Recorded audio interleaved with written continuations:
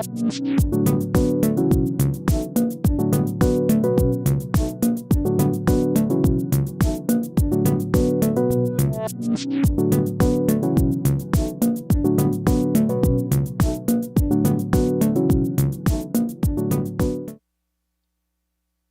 going on? We're back. Everybody, we're back. Another episode of Elektron Talk, episode 33. Incredible. We're never going to stop, ever. Today, we are going to,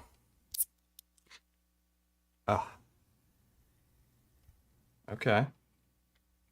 Hope that was a good one. Coconut LaCroix, whatever. Really good stuff. Today we're going to try to make some minimal techno.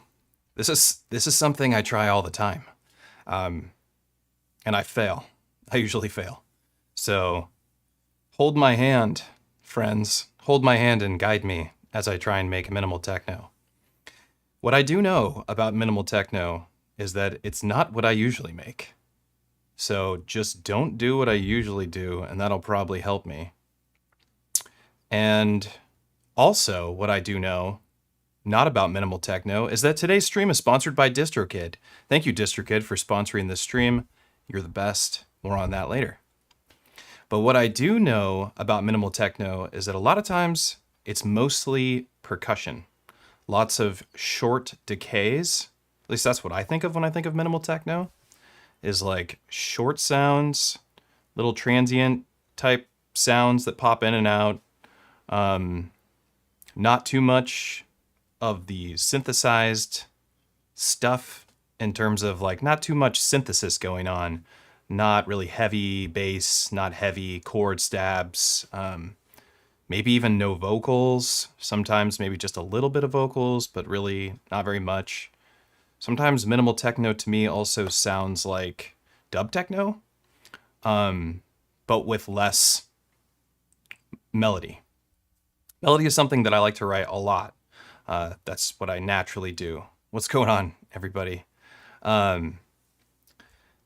So that's usually the struggle. What I'm going to do, I have some sounds already loaded up in my Elektron boxes right now that I thought would be good for just starting sounds, so you didn't have to sit with me to go through that because it took a little while to find sounds I thought were good. And I'm going to try my best to make minimal techno with these sounds. Right now we're on bank 3, pattern 1. Okay.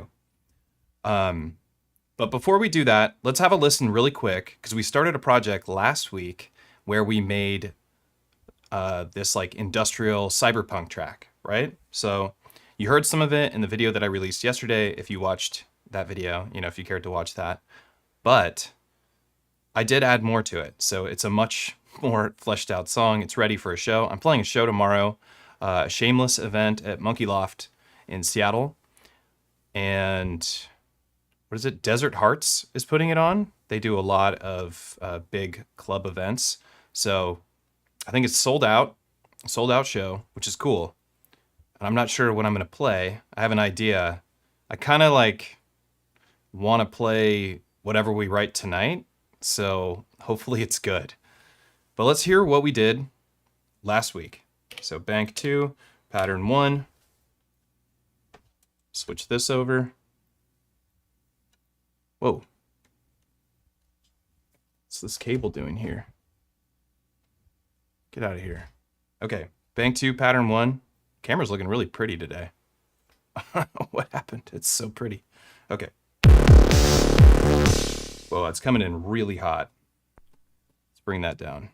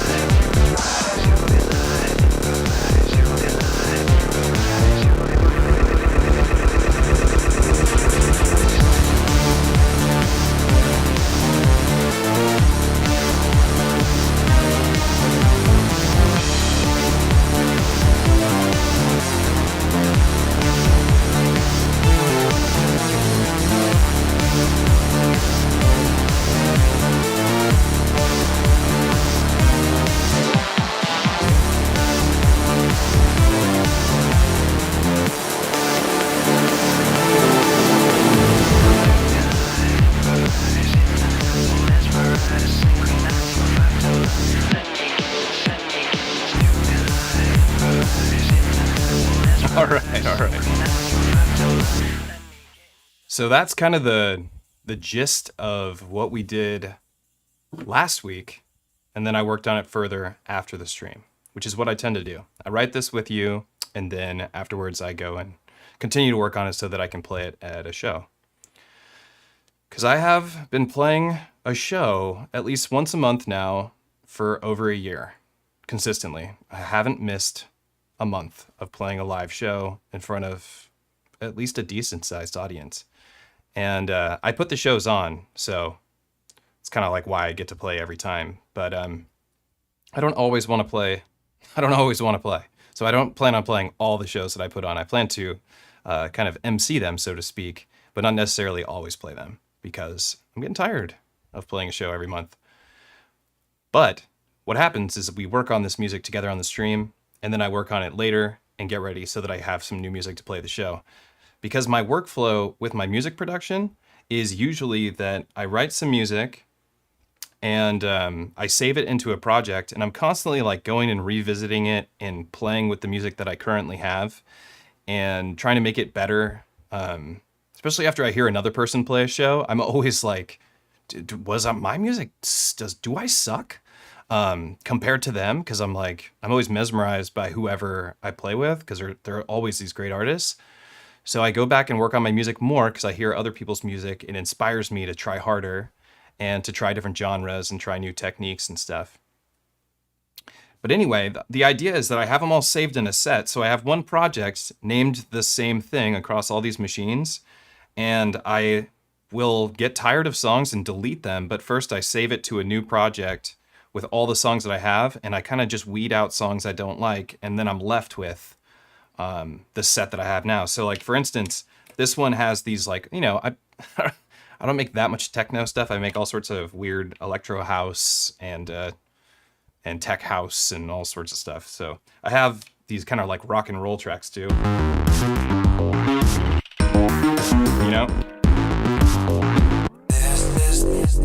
And all these songs are part of my set. That's not supposed to be playing that yet.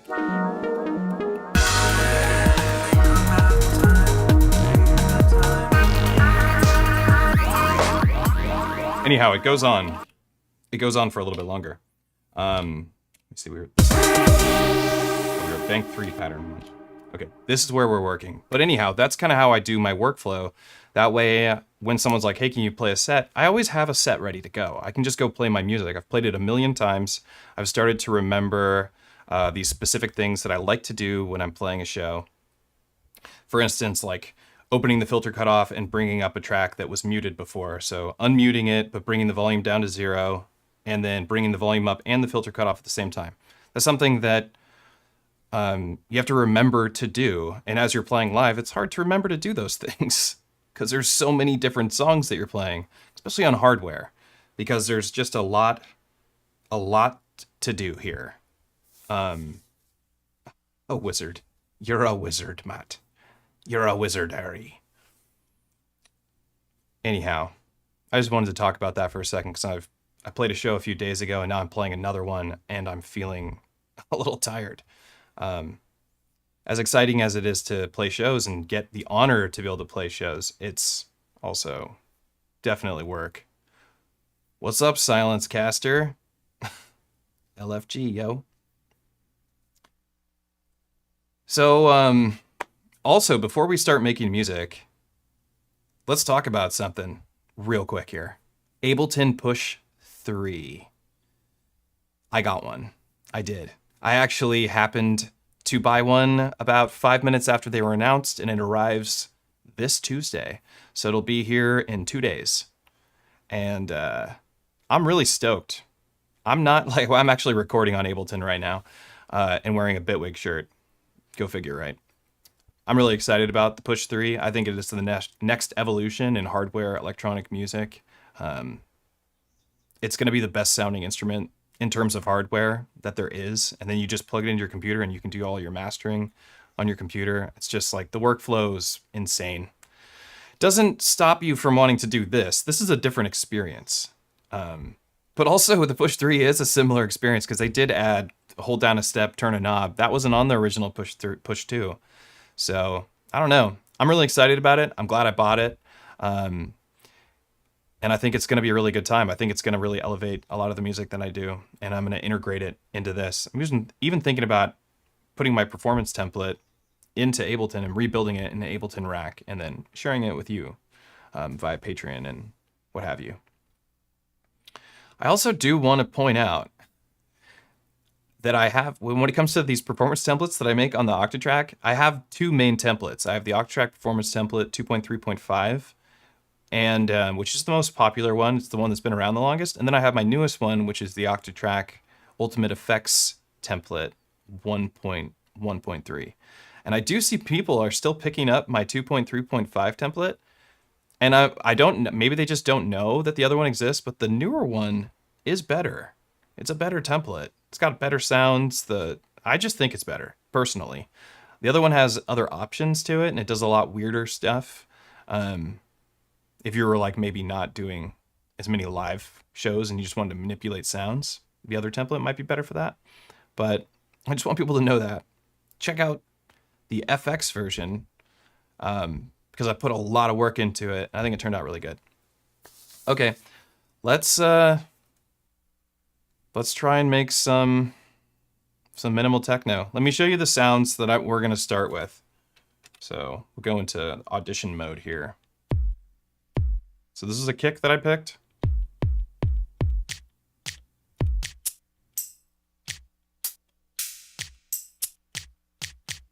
Why do I have 2 of the same sound here? Well, I don't want 2 of the same sounds, but we're probably going to sample. So track 5 will probably just be sampled anyway. But these are the sounds. So a kick, like a clicky, clappy sound, a shaker, 2 hi-hats, a crash cymbal, and a tambourine. That's what I have on the percussion side. On the Digitone, our polysynth side, we have this patch that I made real quick. My God, it sounds very nice. Very nice patch. I do plan on using this patch particularly with it. On the Syntakt, what we have are 2 sounds that I picked. I haven't chosen other sounds. We're going to play with the Impulse, which is a noise engine on here, and that's kind of how I'm going to get it started because I think it's really fun. But we have this bass sound, a very soft, simple bass. Analog bass. You can really hear that bass too. And then right here we have this like opening filter, like a filter sweep type sound, which I think is going to be really cool for just like these like dead moments and then all of a sudden just, and then back to the music. So that's the only plan that I have so far. This is as prepared as I am. And I think I could probably just throw down this chord right now and we would be able to get rolling really quick. So maybe I'll do that. I can go into the step edit mode. I do want to point out that we have swing turned on all the machines. It's at 57, so that's the swing amount. And we are working in 8 bars. So some of the tracks will be going at half speed. That's important to know. Octatrack is our master clock. Audio, people keep asking me about how my audio is routed because you can't see it any longer because of the Elektron risers, which I'm currently sold out of. So sadly, no one can buy one right now. But I have tons more coming. So don't worry, they'll be back. They'll be back if you're interested in getting them. And also do note how pretty mine is. Look at that beautiful blue. It's wonderful. So that's available. You could buy that bar, but anyway, enough commercial stuff. Let me get this back here. It needs to look perfect for me to be happy. Aesthetics, they're important. Okay, so to talk about the audio routing really quick, we have MIDI coming out from the Octatrack. That's going into the Digitakt on the MIDI input. The MIDI out on the Digitakt is going over to the Roland TB-03, which we're not going to use today. And then MIDI through is going through this riser underneath here, plugged into the Digitone's MIDI in, going through the MIDI through here, plugged into the Syntakt's MIDI in. Audio is coming from the Digitone in stereo, going over to the Syntakt. It's running through the Syntakt's effects track. Well, I have the option to run it through the effects track. I like this setup a lot because you know how I do my Octatrack effects is I have the melody going into input C and D, and I have this summing happening here on the Syntakt. But the Syntakt, because it has the effects track, lets me do things like gated audio to the Digitone, as opposed to doing it on the Octatrack. It also lets me do sidechain pumping on the Digitone without having to do it here. So I could sidechain pump here and without having to do it here. So when I do sidechain pumping on the Octatrack, I have to pump this whole section. So everything gets, sucked into that effect. When I do it here, I have the option of routing whatever instruments I want. So it's more effective here, but I also am very choosy with the effects track because sometimes I really want it to be an EQ. Sometimes I just want that last filter to EQ an important sound like the bass, because I'm almost always getting my bass from the Syntakt at this point. And I do like leads and basses over here a lot, and I'll do some sort of like cymbal with the cymbal engine. I do like the cymbal engine. It's one of my favorites on the Syntakt. And then I'll do like noise on 11, which is what we're gonna do. Gladstone, what's going on? You just upgraded to Suite. Novation had a 50% off deal. Yeah, I saw that. They did have a nice deal. I totally haven't figured out the Syntakt effects track thing yet. The Syntakt effects track is really great. So to use the Syntakt effects track, let's get tempo also of this track is at 130. So that's where we're working at. Swing 57, tempo 130, 8-bar track. The effects track, you hold function, select effects. Here's how you choose to route what effects you want to go into the effects track, including the input, the reverb, and the delay. So say you're making a sound over here that's got a lot of reverb and delay, but it's overwhelming, it's starting to clog your mix. You can duck that reverb and delay using this effects track. And I find that is the most effective use of the effects track. I usually even turn down its distortion. Let's see. By default, my drive's turned down already because I turned it down, but by default, the drive is usually turned up. And I don't want to drive every instrument that runs into the effects tracks. I'm not sure why it's always turned up, but it is. Also, I'd love to know, how are the levels? Do I sound nice and clear? I'm not cutting out because of the noise suppression from OBS. Can you hear these sounds all right?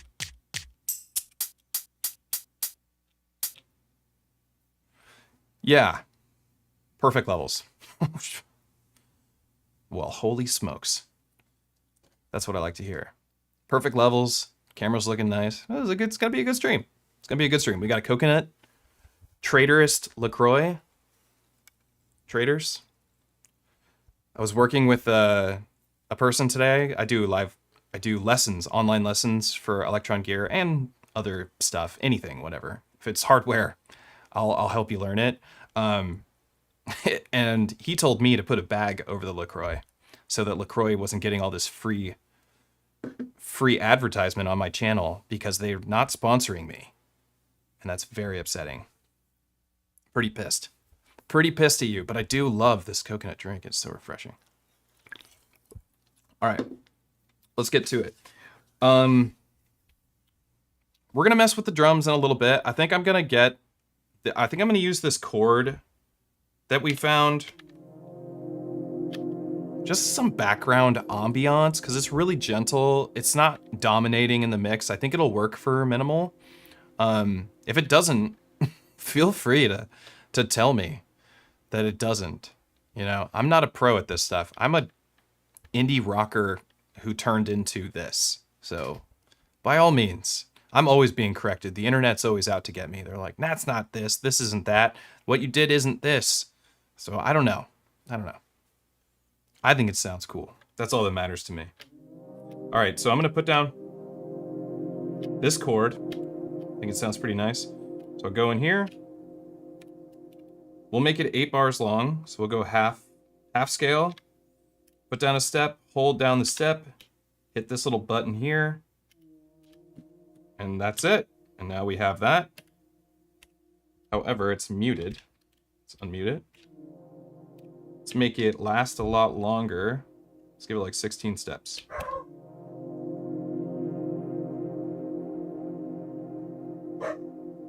Okay. My dog's being pretty barky. we'll take that step. Do you see how my Digitone just like sinks down? I lost one of the rubber pads is gone, and I bought some on the internet and none of them are the right size. They all are too big and they make it all wobbly. So life sucks, right? Paste this, and then let's kind of like, let's see. Let's go back in here.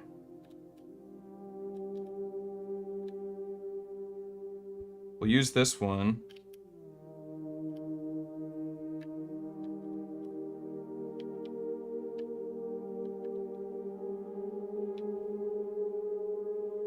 Maybe that'll sound cool.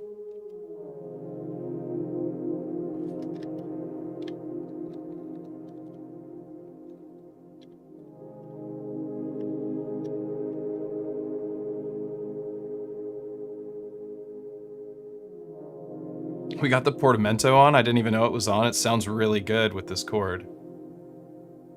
I wish my life was half scale. Dang, dude. Mark. Indie rock electro gang here too. I think there's a lot of us. I think there's a lot of us out there. I think it's like, it's just so common that so many of us growing up playing in indie rock bands and listening to Radiohead and, you know, just listening to all the great rock that came out from the 90s all the way up until now, found themselves, I mean, I wasn't listening to electronic music much back then. I was listening to like Daft Punk maybe, or there's a couple electronic groups. Justice was another one that I listened to. But for the most part, I wasn't listening to very much electronic music because I was so infatuated with the idea of playing my guitar and singing, and like I wanted it to be original and come from my soul, right? I didn't think that this equated to that at that time in my life, which I was very wrong because I love this. But there's so many of us, I think, that felt that same way, that have found their way here as they got a little older and as this technology developed and became more robust and more simple, I guess, to get your hands on and use immediately. That was something that didn't exist before. It just didn't. Like, there was drum machines and synthesizers, of course, at that time period, like early 2000s, 90s, but we didn't have, you know, Octatracks and Digitakts and stuff. These machines are amazing. You know, they're the best. They're the best out right now. Push 3, we're gonna see what happens when Push 3 gets here. We'll see what the best is, but right now, this is the best. Okay, so I don't know if we're already escaping the minimal techno idea just by having this chord here. You tell me if it needs to go or whatever. Portishead, yeah, it was another group that I listened to.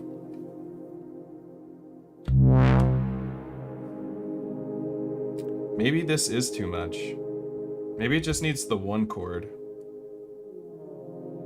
Maybe we'll have this on a trig condition. Like only every second time. We are gonna do 4 on the floor with the kick drum right now, which I'm so sick of doing, but that's what we're gonna do.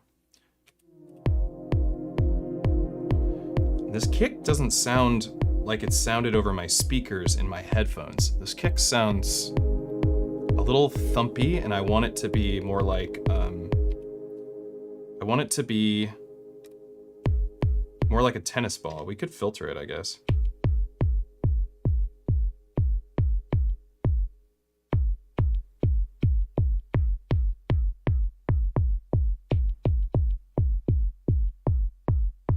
I think we just need to find a different one.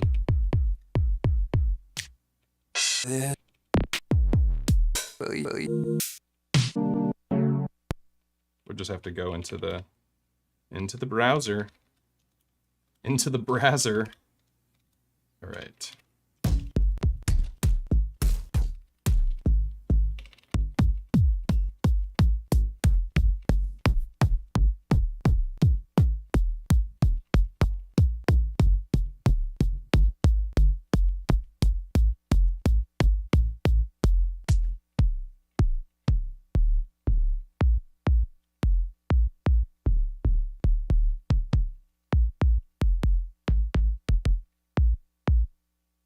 I like that one.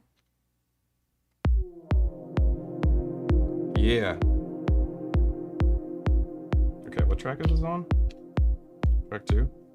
Just turn it down a little bit. no chorus.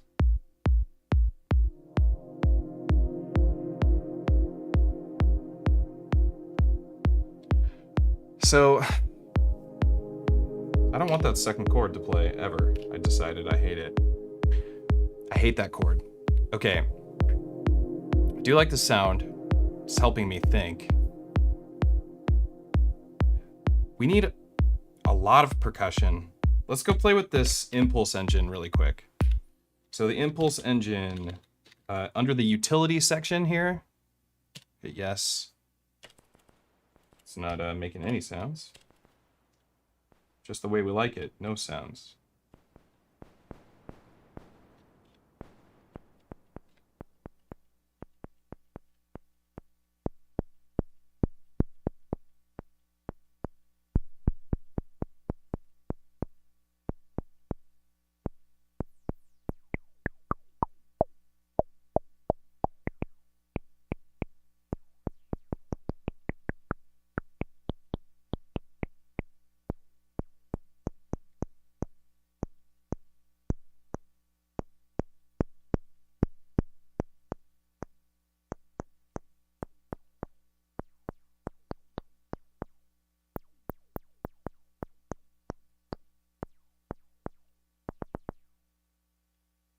Right, let's just put an odd number here. Let's go with 13.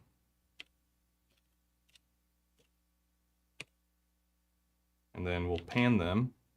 Don't even know what they sound like yet. I'm already panning them. Gangster, right?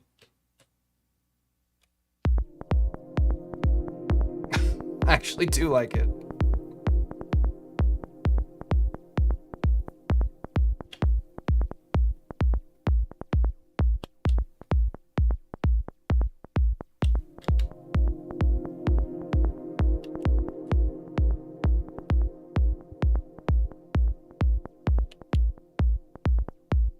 I'm just giving them all different volumes because they're a little loud.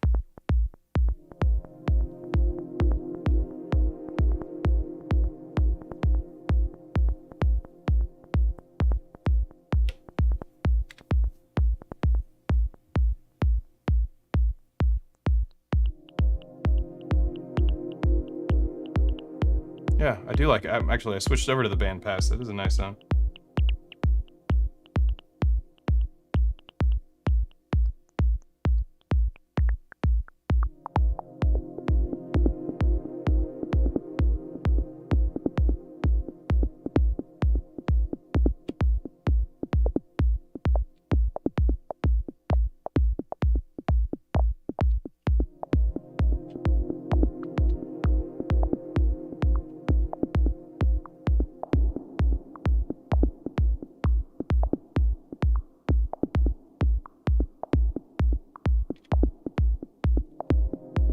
We're gonna do little tiny hi-hats here.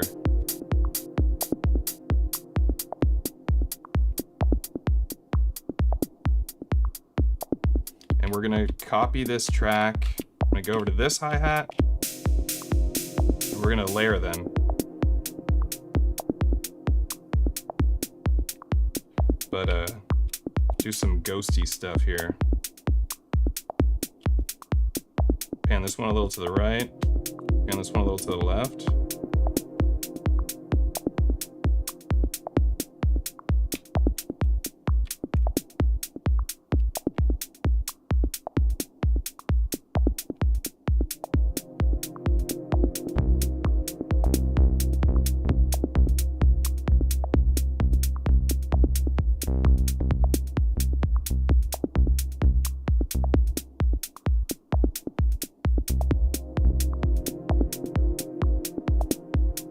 I guess we're done, because we already have Minimal Techno.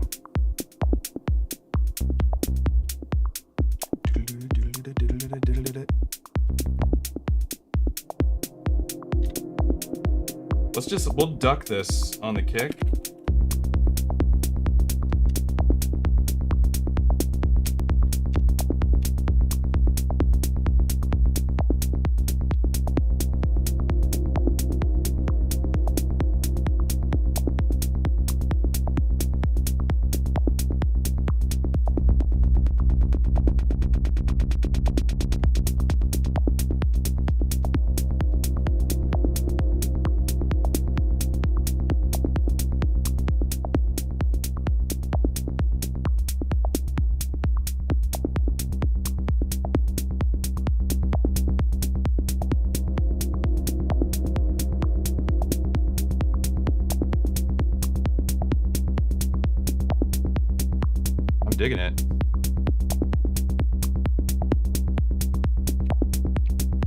Let's make it a little bit more complex now. And then we need something on the 4. What's this sound here?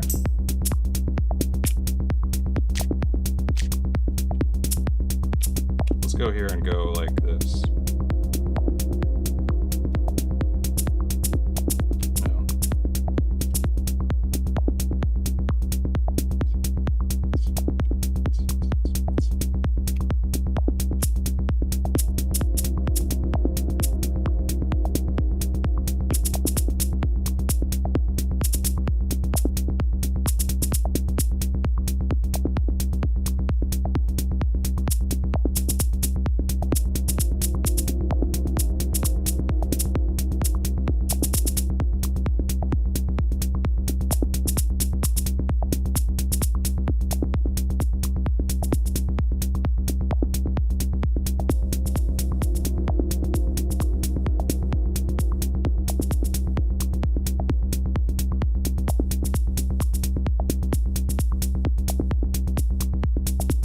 Plastic Man has entered the chat.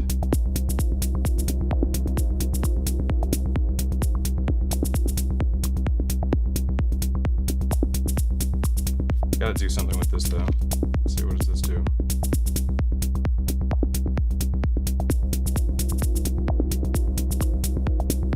Not like that.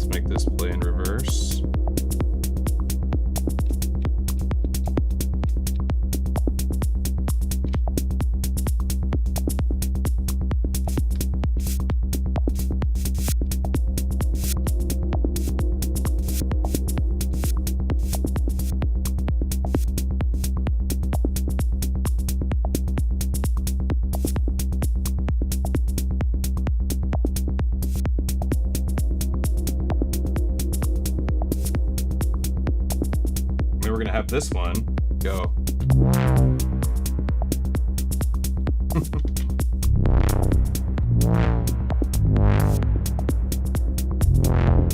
Well, there's the note.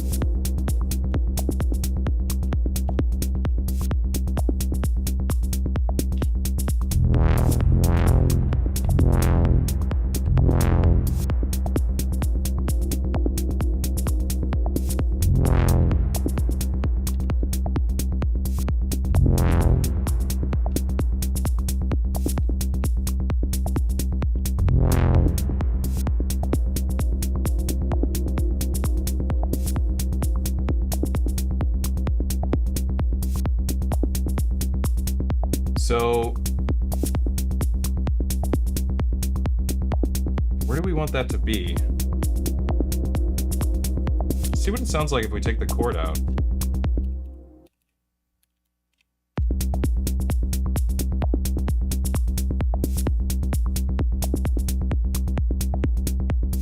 The chord adds a lot.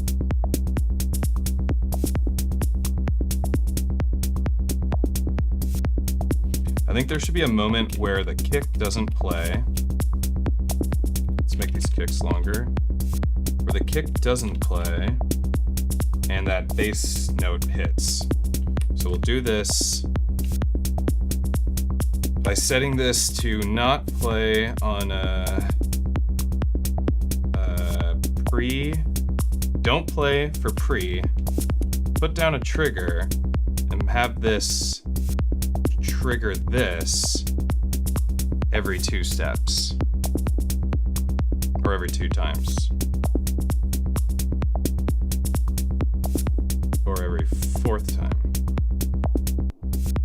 That's when it would have happened. So then we go copy this note and that's on here, right?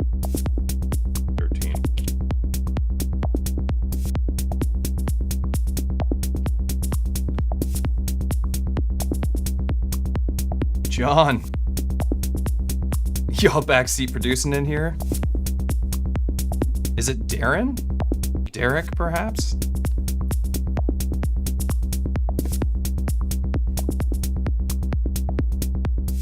I just want to hear this trigger. Oh, we gotta wait.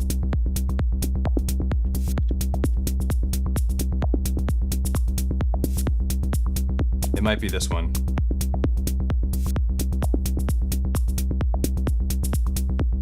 It's not. I gotta wait one more time.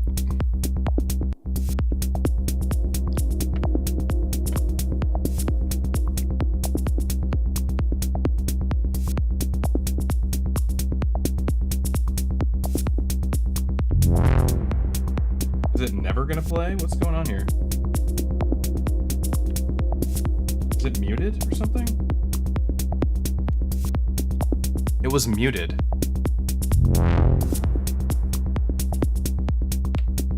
So stupid.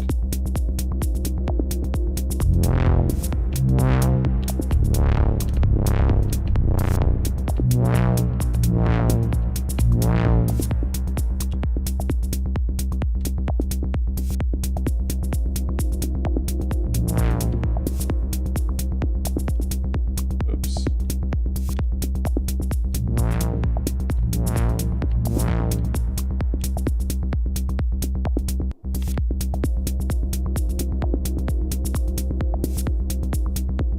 Just quickly, I want to review this thing with you. So what I did right here, this little trick, which I've never talked about before, I set the way trig conditions work in Elektron, right? You have these play on these certain conditions. We have play on 1 of 2, 2 of 2, 3 of 3, 4 and 4, blah, blah, blah, so on and so forth. We have pre, we have post, don't play, pre, do play, neighbor, play, don't play. That's based on whatever was a trig condition triggering on another track but prior to this track, so track 5 or whatever if we were on 6. There's a way to have things play, not play on these specific conditions as well, and that's kind of the inverse. So what you do is you hold function, you put a step down. So we put this step down, and we set the condition of this step to trigger every 4th time it goes around, and we set this condition to not play if this condition triggers. So that's the way that you can get something to not play in between something else. So if you wanted it to not play on the 7th time, you would set this one to play on the 7th time only, and then this one won't play on the 7th time. So that's how you can get around that, because I think that's really important to be able to do.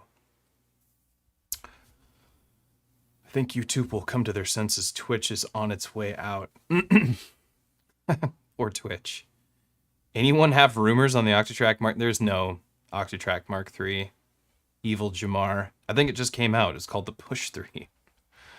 I think Mark III will be closer to SSL Big 6. The SSL Big 6, which I have, that's my interface and my mixer, is a really great piece of hardware. It is not ideal for somebody like me, turns out, because it doesn't have a bunch of options for mix groups. It only has one bus for mix. I mean, the channel strips are amazing. They sound really good. The bus compressor is awesome. And that's why you would buy it, right? For the channel strips and the bus compressor. But as far as being your audio interface, it's missing that digital interface on your computer that's so useful for everything else that you do with an audio interface in a computer. It just doesn't have any of that stuff. So it's kind of unfortunate, and I do miss my RME interface quite a bit, which I still own. I have it at Patchworks, and we're using it there right now. But I keep thinking about bringing it back because it just made streaming, music production, gaming, all that stuff so much easier with a more normalized interface as opposed to a fully analog interface. Get a digital mixer. I can't. I already have this big beast. What digital mixer did you get, John? What'd you pick up? Give me the deets. Should we have this bass note change at some point in time? Somebody tell me what I'm supposed to do here.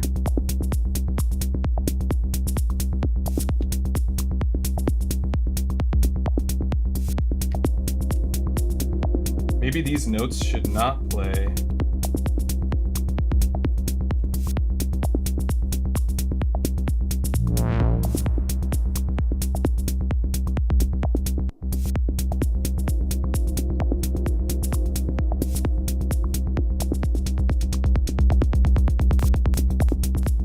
Allen and Heath, SQ5.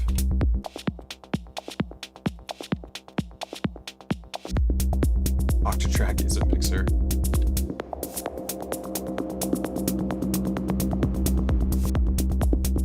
That's when I wanted that bass note to come in. Oh, there it was. I just...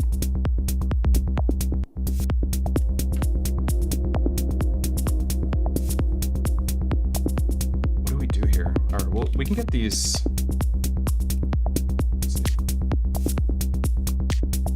Yeah.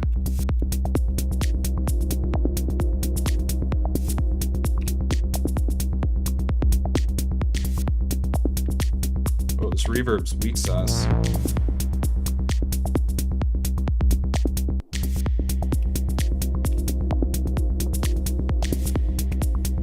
We don't want that to happen all the time, but it is nice when it does.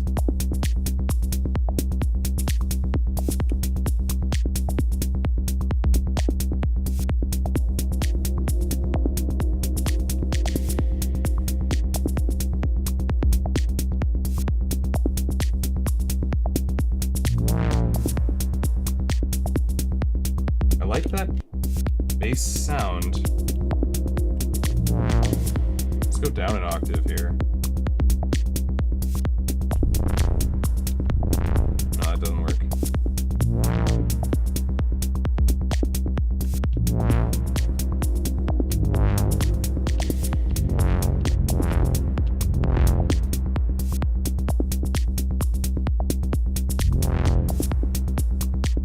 Maybe it's supposed to be here.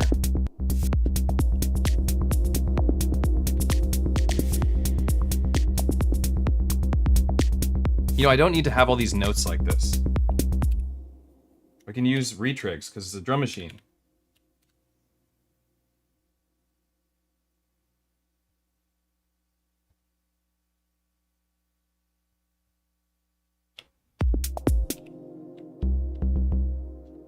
Turn on.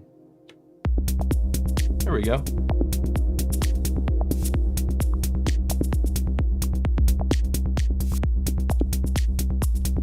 Go half scale. We can add a new note here.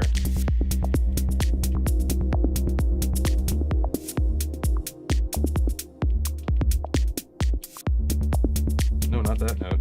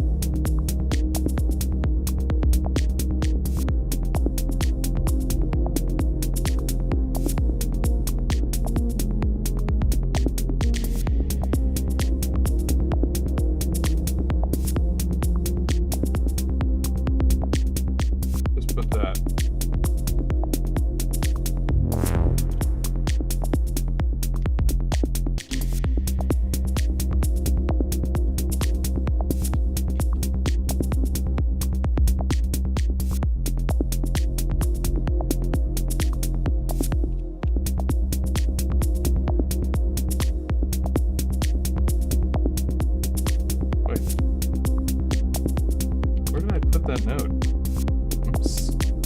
I'm so stupid.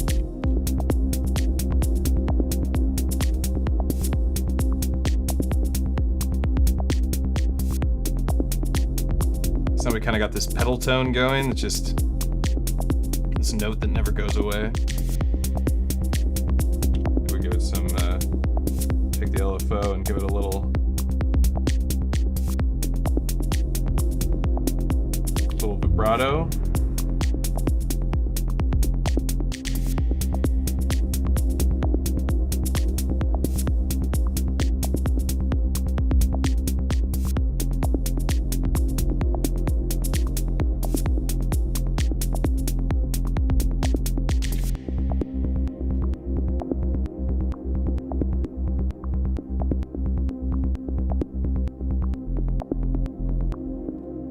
All right, here we go.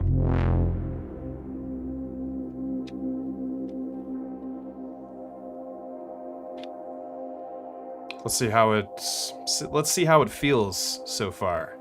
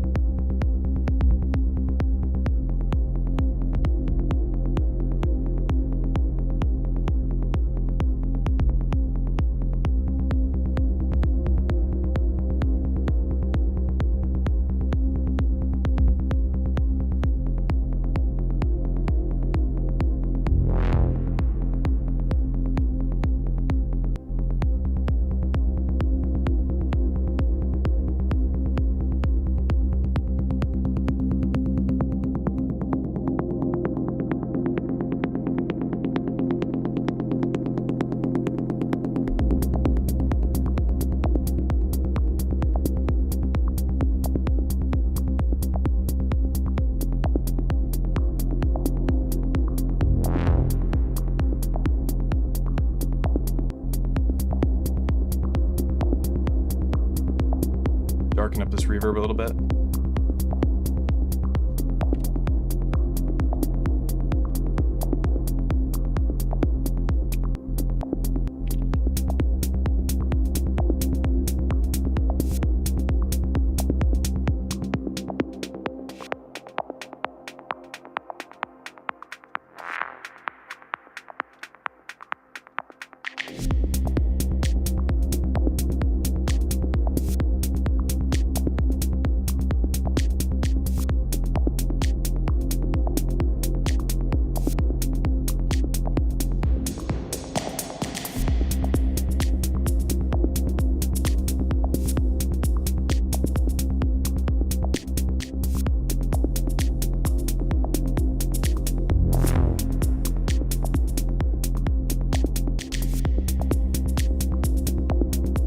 I don't even know if I want this other note to play at all.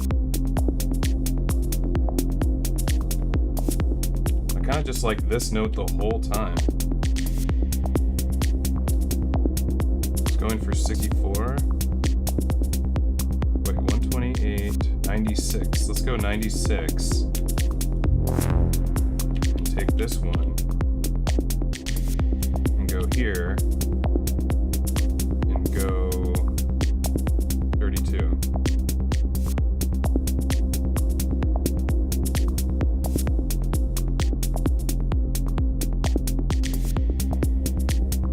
Let's just see how this feels.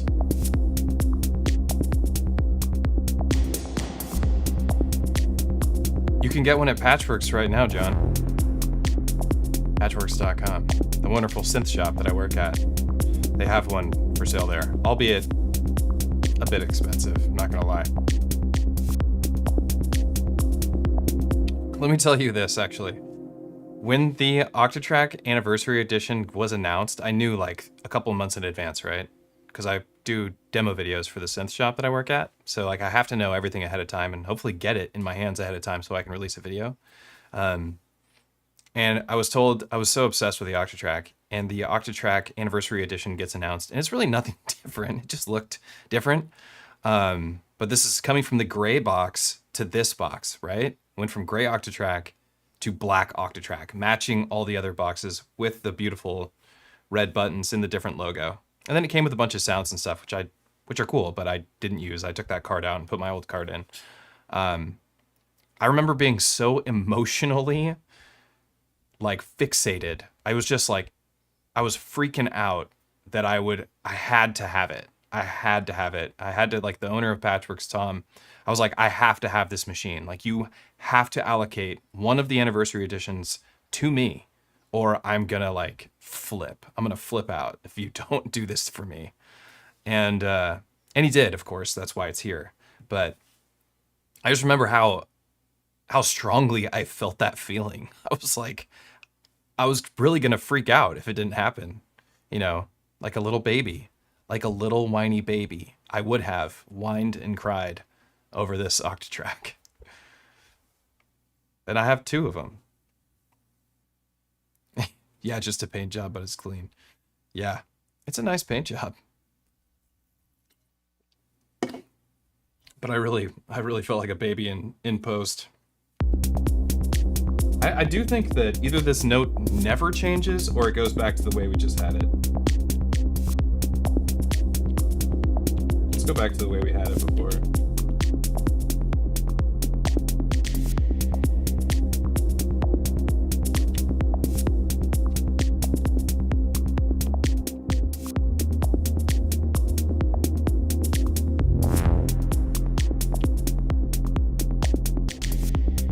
I kind of like that.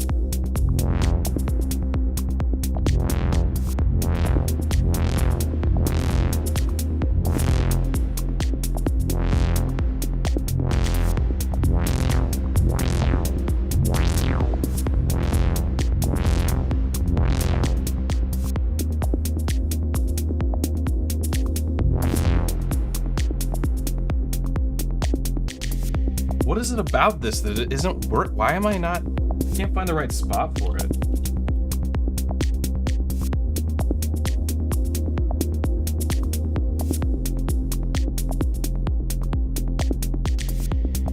Maybe it's on the 1. I like typically avoid putting sounds like this on the 1, but it might be on the 1.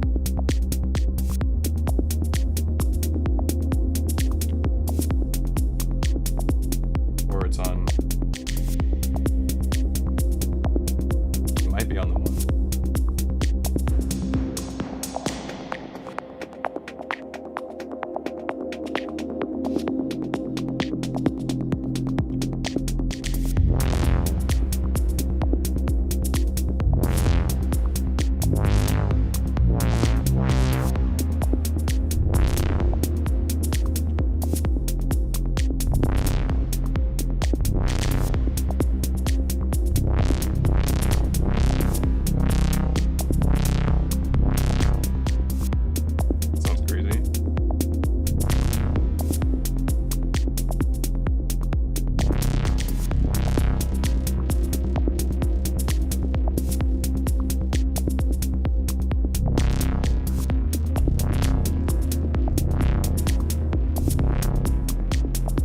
I do like that. I like this better. Let's go ahead and save this because we like it. Whoops.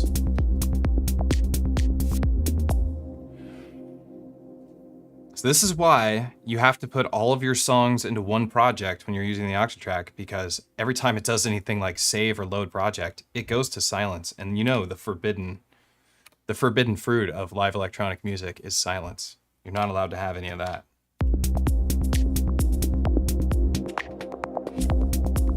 Check this one out. Okay, this effect is like maybe my favorite in the whole new template that I've come out with. Let's like take some sounds out so we can really appreciate it.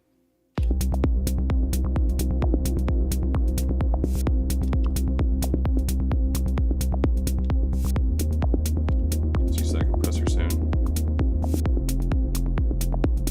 Here we go.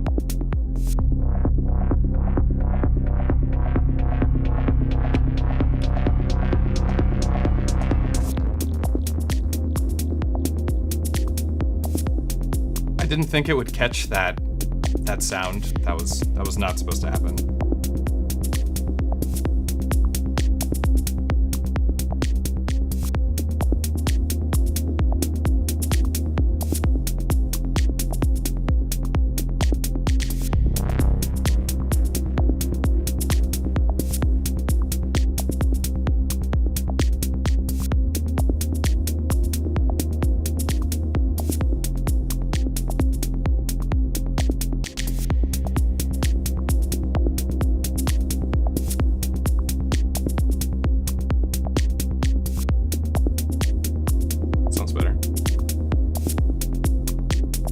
Being compressed twice because it's being compressed in here too. There we go.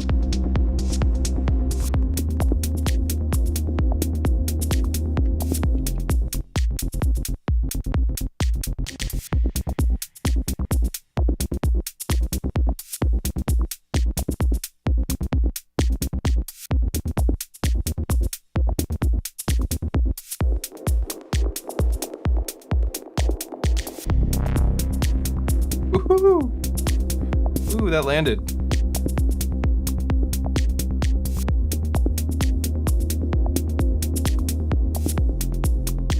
Don't force it, drop that note. This note? I think it works, it just doesn't work all the time. What's going on here? Maybe we do it on 4.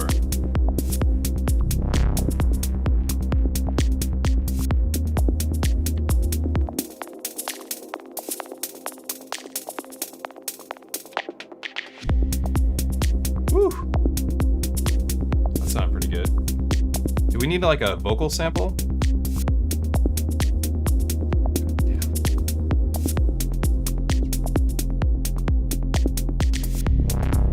Do we need a vocal sample? Something nice. Something whispery. I think. Maybe.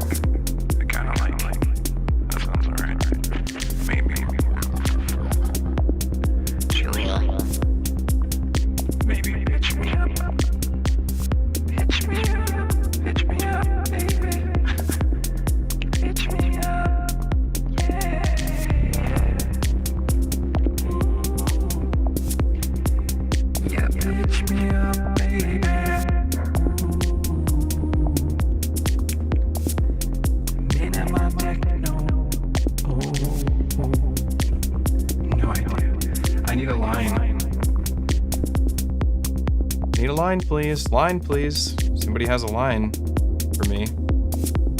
We'll put it in the song. It's gotta be something good. Something clever.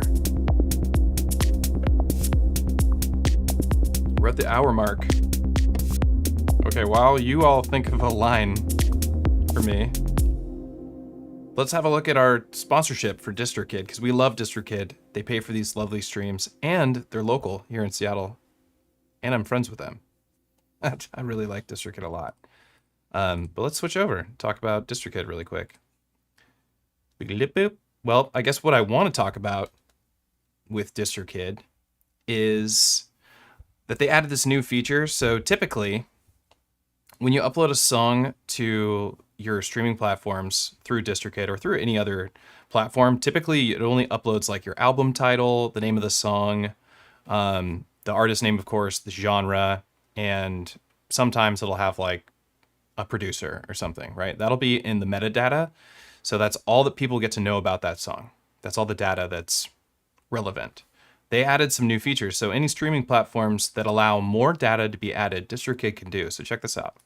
So now we're actually able to upload songs to DistroKid, and now we can name songwriters and add lyrics, which I think is awesome. I love writing lyrics. We can add different musicians and what instruments they used, what producers were there, the designer of your album artwork, so everybody can put Midjourney on there, right? Pretty sure. Everyone else involved. I like this one, everyone else. What studio they were at, what gear, what equipment, all this stuff is relevant data to me as another musician. It's really interesting information and really cool. So this is a great feature that DistroKid offers that I don't know that any other, I don't know if any other platform that distributes your music offers that service. So I think it's great. And I have lots of more DistroKid tips throughout the rest of our streams for forever until we ride into oblivion. Sooner than later. Thank you, DistroKid. We love you. All right, back to our minimal techno. Okay, did anybody think of don't drop that note? Wait. That's not going to be the line, right? It's like Kurt Russell looking at a strange thinking. Wait. Does anybody here know what minimal techno sounds like? Can you tell me if I have accomplished the goal so far? Did I make minimal techno? Am I going to get skewered alive in the comments section by the techno gatekeepers? Because they are there and they're watching and they're just waiting for me to not make minimal techno and tell me that I didn't make it. But if I did, would somebody please confirm that?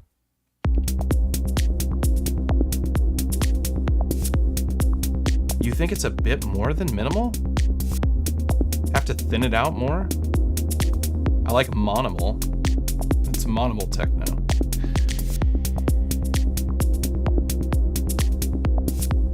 Maximal. I knew that one was coming. You did make it, but you also be skewered because that's just how they do. That's the truth, dude. That's the truth, man. The pad makes it more than minimal. It doesn't sound as good without the pad. All right, here's without the pad. Let's see.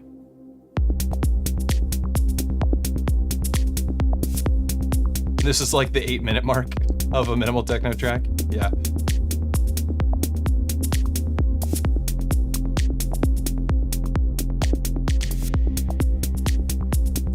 Minimal techno only has a kick. I guess I could just throw delays on the kick and we're good, right?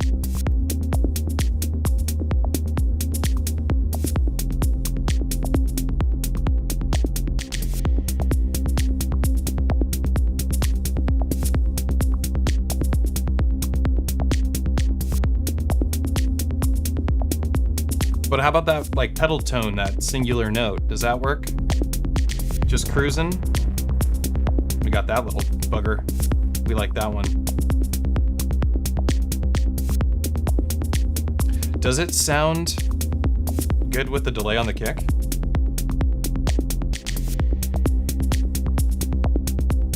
You do like the delay on the kick. No bass? We don't want no bass. I've listened to enough minimal techno to know that you can have bass in it.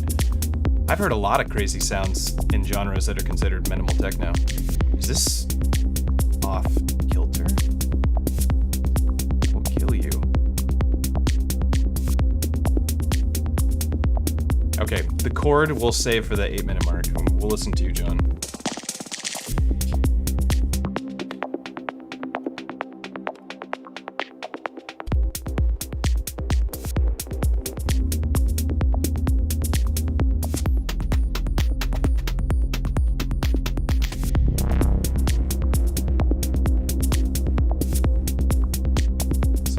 Pretend that was at 8 minutes.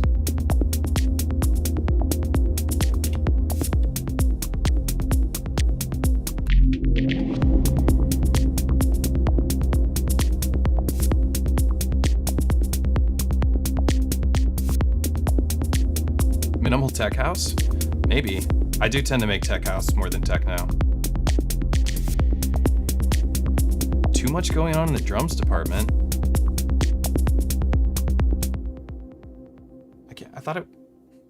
I can't do anything right. I'm still gonna call it minimal techno. You're not stopping me. I like the pad. Okay. If we take the bass out and we eliminate some of these drums, which I don't think we should do, and we take this pad out, this is what we're left with.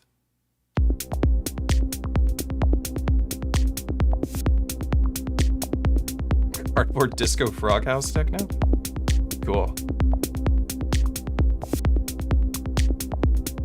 Is this minimal techno? Let's take this little pad out too. I guess this is minimal techno, huh?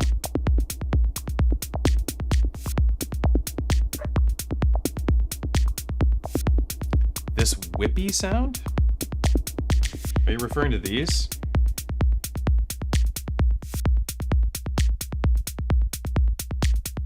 Just press stop.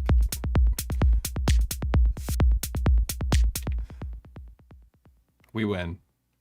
Then it'll be minimal techno. No, the third track mute it for a second. The third track is muted. What are you talking about? All the third tracks are muted, my friend.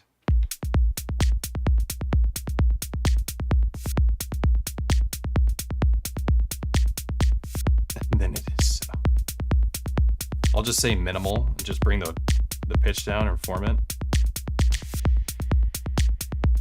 So I guess we like the delay on the kick, I take it.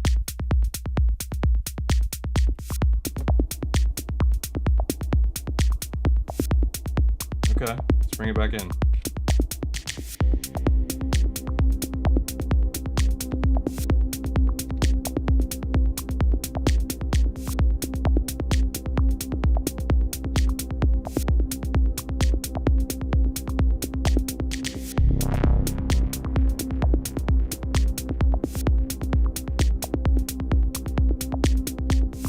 We can make the bass line still be there, but not be as easy to hear.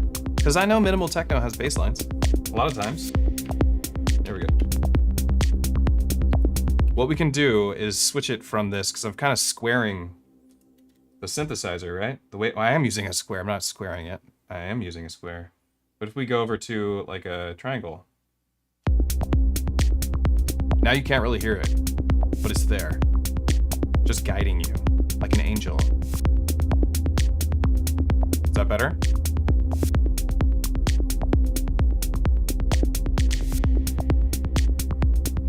Have Syntakt some features error mark 2. Oh, you're asking. Do you believe in minimal techno? And I should say it like I'm a Brit as well. What do I have on this one?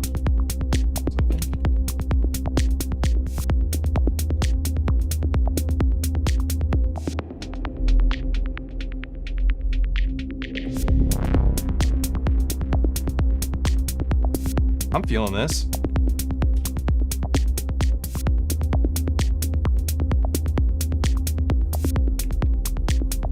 Okay, let's play with the snare a little bit.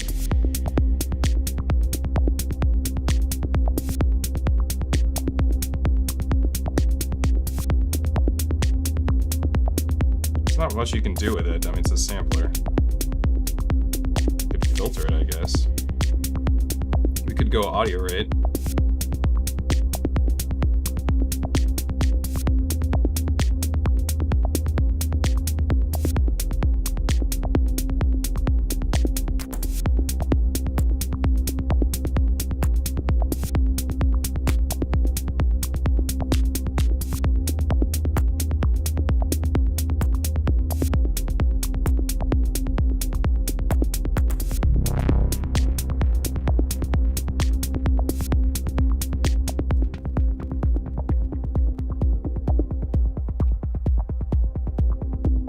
We're gonna bring the pad in because I think it's been 8 minutes.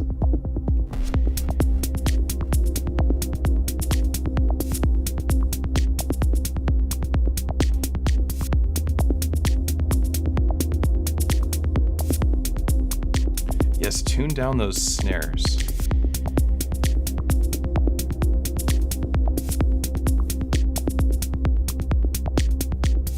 These ones? You mean this? Or are you talking about these little minimal hits? There's a pad coming from the Digitone.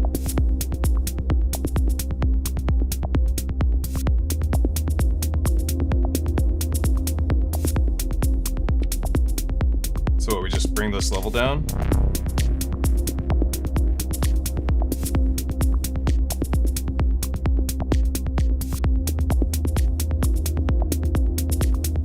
Danny, what's up? Thanks, Jazz.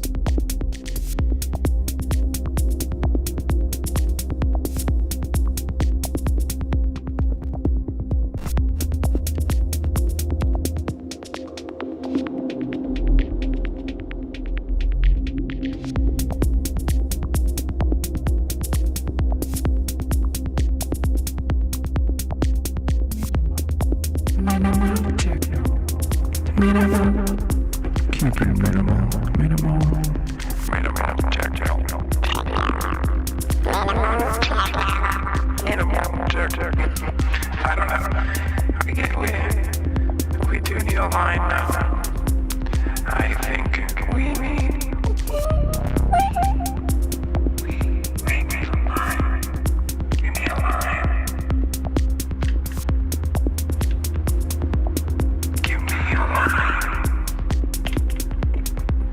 I'm gonna have to give you credit. Give me a line. Give.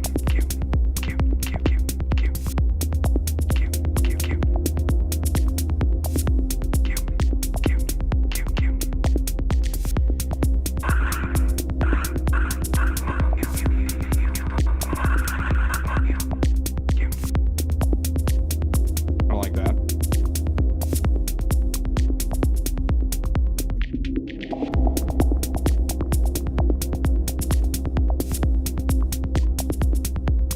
I am excited to release the techno version of this, which is going to be 8-bar effects, because that's what I want for myself.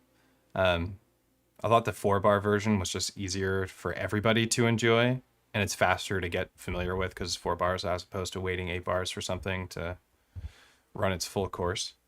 But I do think like these effects work really well in this kind of music.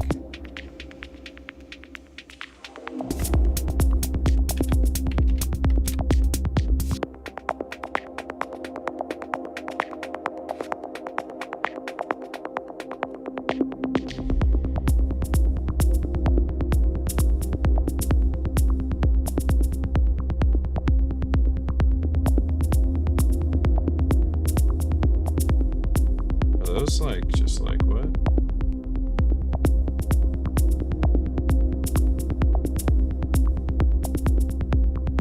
There's like a couple hits I don't like. This one.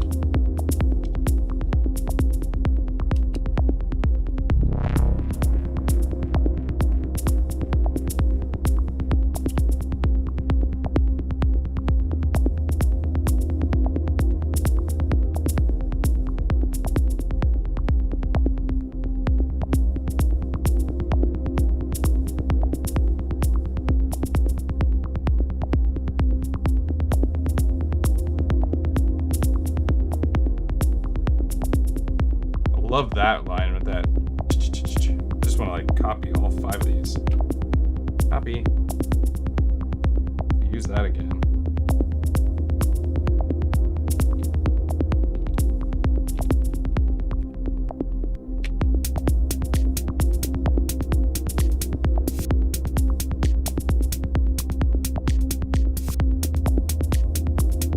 See what happens.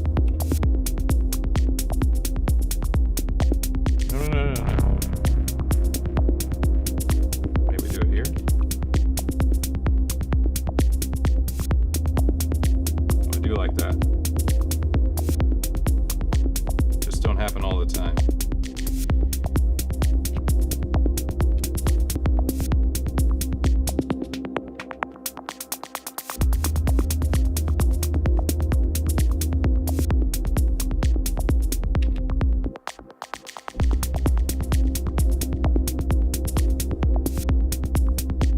would it be, am I allowed to add like a little droplet type sound? Because I'm hearing it in my head, just like this little, like using the toy engine or something. What do I have on this track? Anything? Like toy.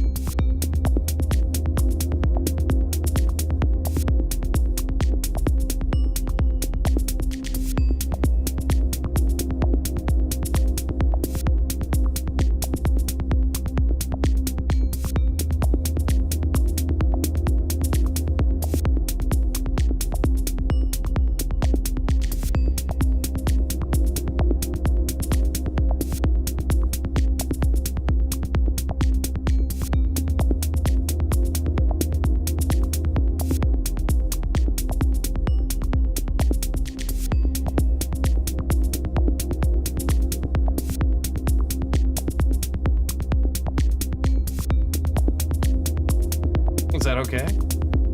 Yeah, just like way, way in the back.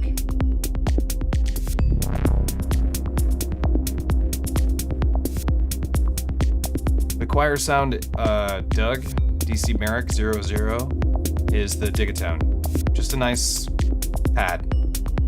It's a really basic patch. Well, I mean, it's FM, so it is what it is. But the concept of it is basic. It's just a long attack on the filter and on the amplitude envelope, as well as some reverb and delay.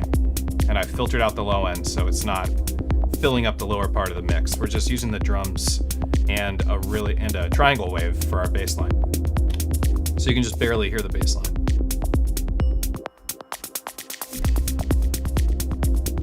So when I do that, and that delay picks up those hats,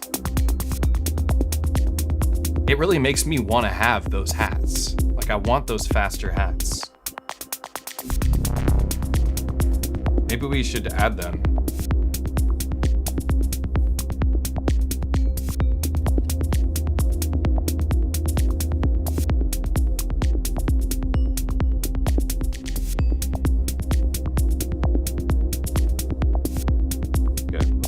Where are we? We're on pattern 1.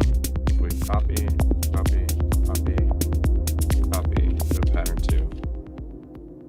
Paste. Alright, now we're on pattern 2. We're moving on to the next part of the song.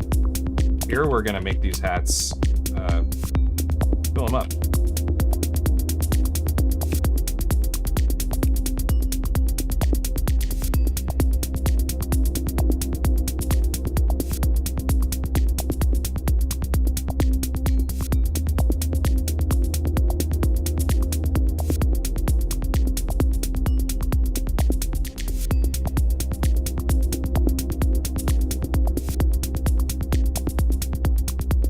We're gonna move this around, right? Because that's this sound. Okay. You know, you can move your whole, you can offset the entire pattern by holding function using the arrow keys.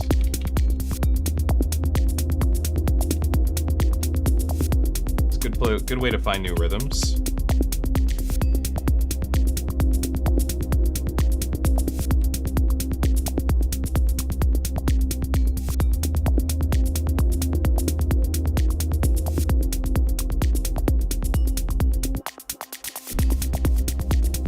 So So now I can start here.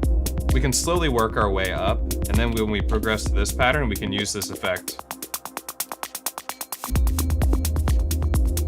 Well, wait, okay, it's on this one. Here we go.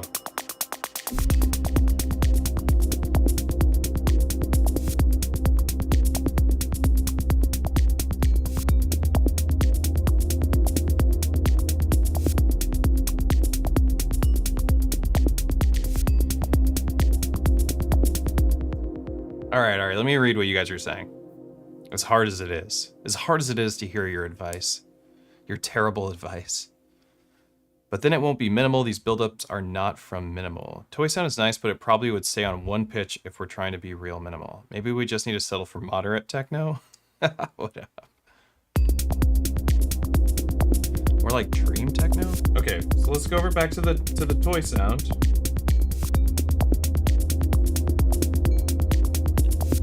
Maybe we'll just keep that one sound.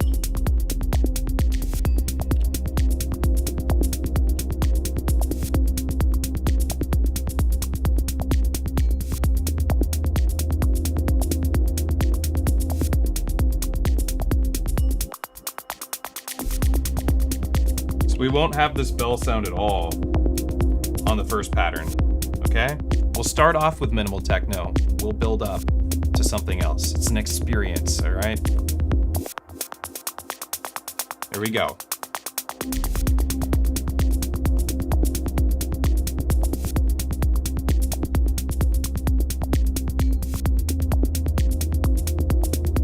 We really do need a vocal sample.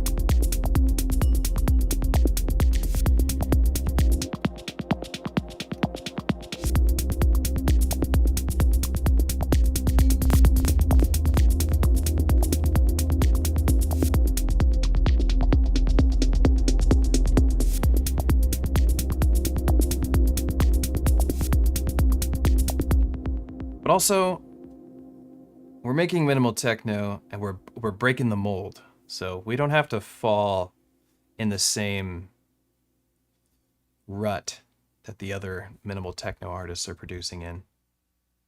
We can be a little more inventive by having build-ups and maybe adding a little bit more melodic sounds. It sounds wonderful, but I think the minimal as having very little tonal content, being primarily rhythmic and glitchy accents and textures. I do agree with that. That is also what I think. Yeah, quit listening to us. Zen techno. All right, so if I take out, listen, if I take out this chord progression, this chord, not progression, this one chord, this pad, we should have minimal, right?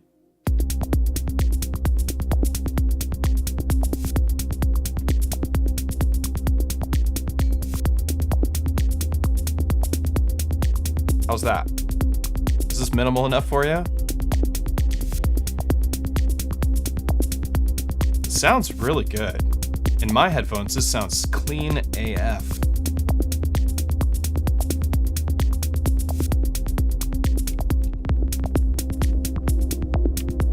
Take that out.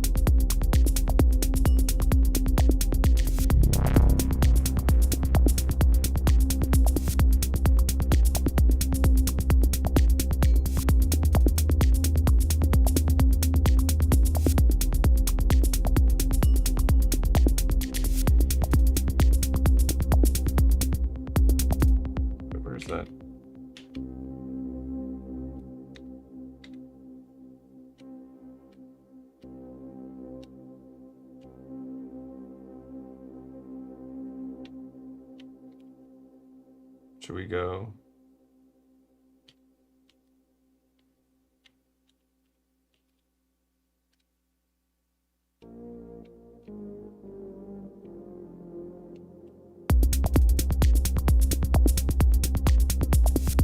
Maybe a granular machine on the tact.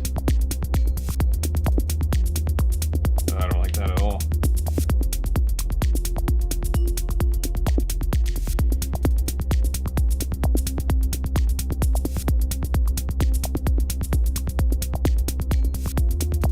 Nope, not working.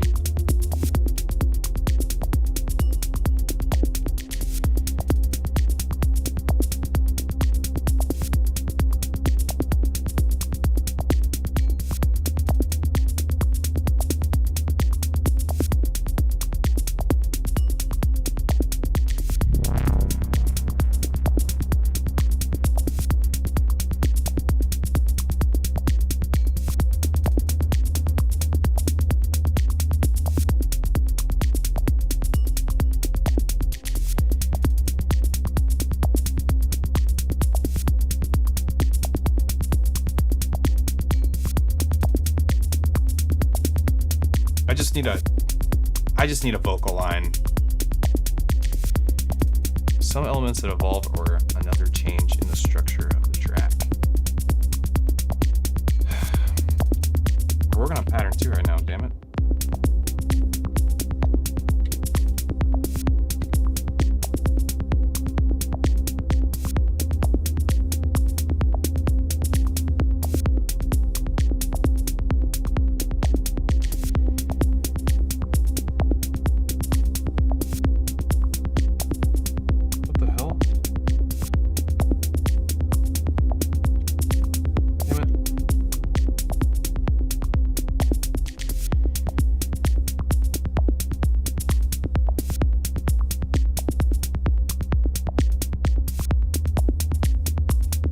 Track 5. All right, no.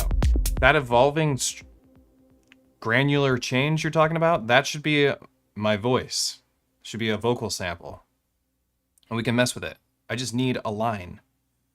I just need to know what to say. Loop cloud is good for vocals. It is. It is. I'll use my vocals.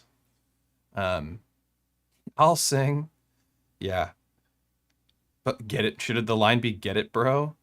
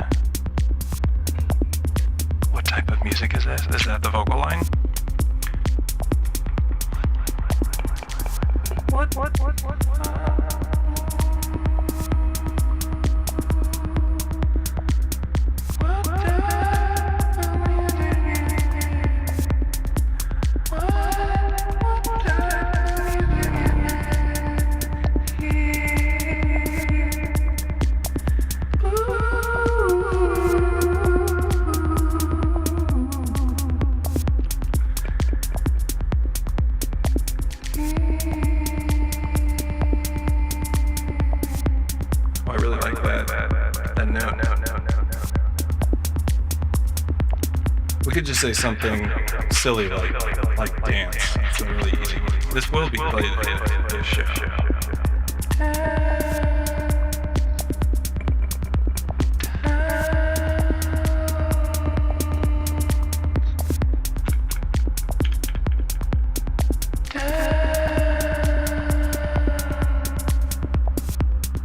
Then we can just have this spoken word type stuff, just whatever's saying about floating in the deep dark like satellites in the sky.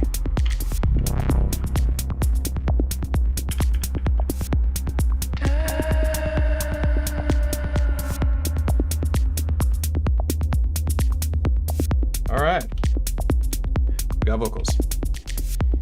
All the deep dark. Thanks for some words. I appreciate it. Oops.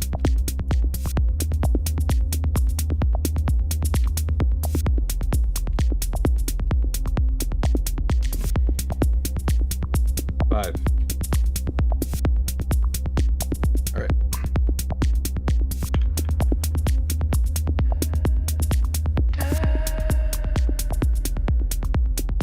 Let's try one of these other machines. Oh, I forgot. Can't offset it.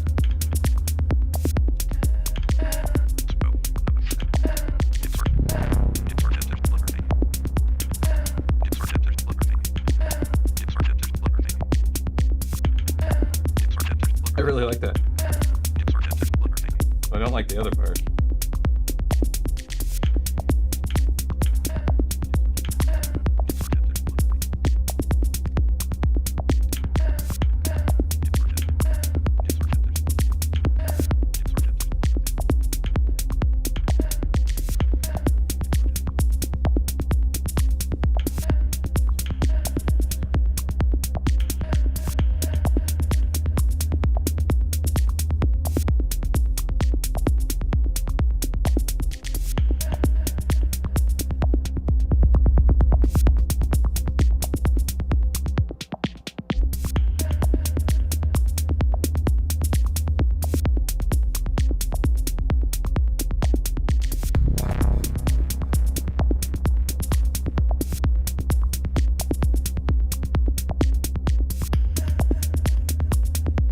No bit reduction, that sounds like trash.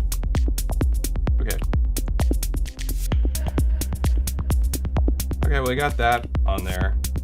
You can use multiple types of machines on the Digitakt, but you have to save the sample as a sound, and I don't want to save this sample as a sound. Or do I? Am I being lazy by not doing that? Now you can tune down the hats to be more subtle.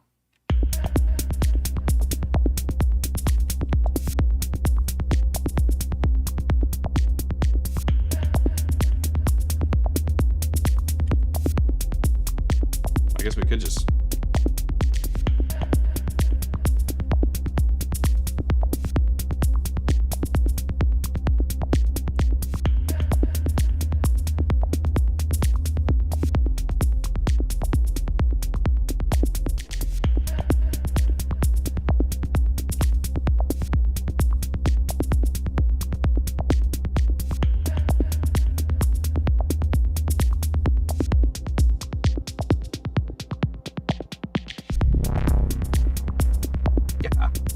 I love it when that happens, just like the right time.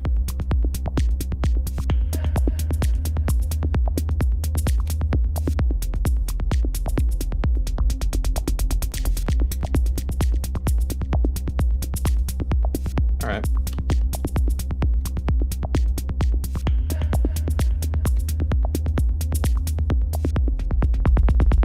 Not that effect.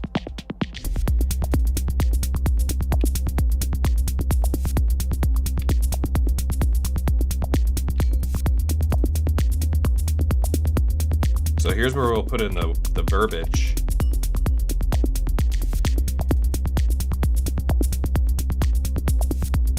Where did that vocal sample get saved to?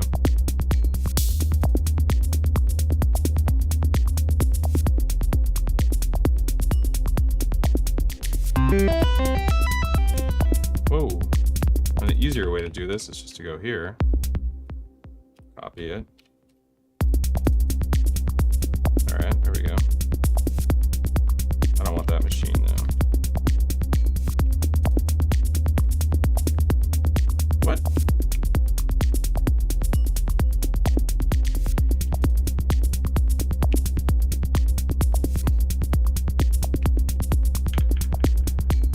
We can just have this, and we can just have this spoken word about floating in the deep dark like satellites. About floating in the deep dark like satellites. About floating in the deep dark like satellites. About floating in the deep dark like about floating in the deep dark like satellites. About floating in the deep dark like satellites. About floating in the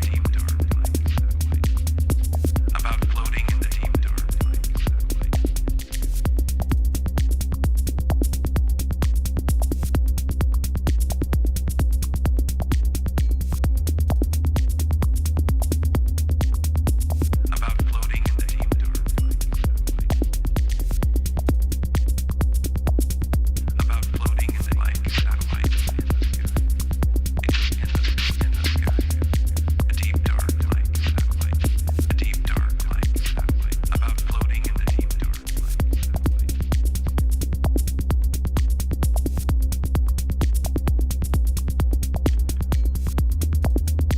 Damn it.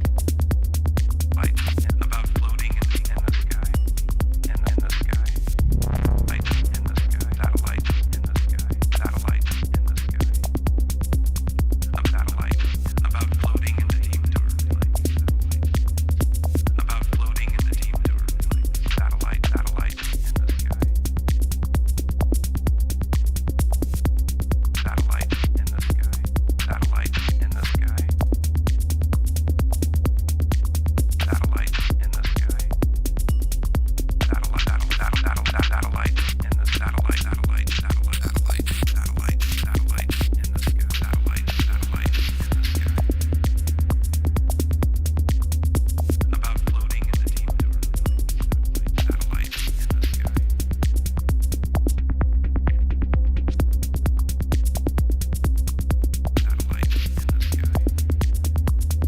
Lights in the sky.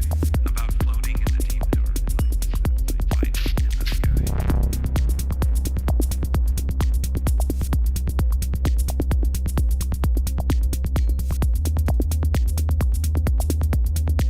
All right. About floating in the deep dark.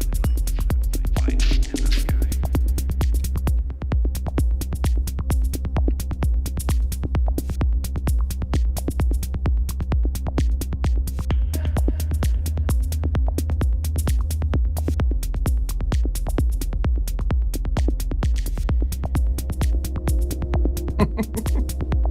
I can't help but bring the pad in now and then.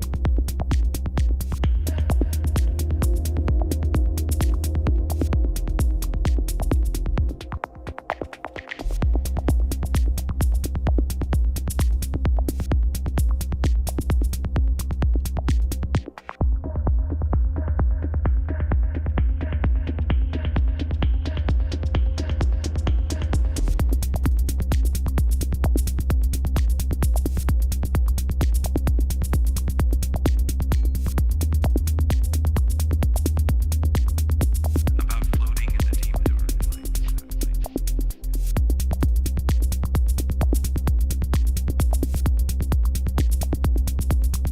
Lights in the sky.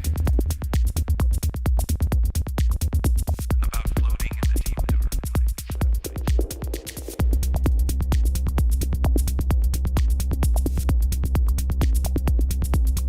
Should we do one of these?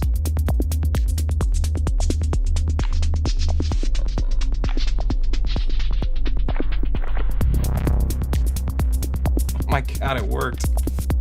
Good lord.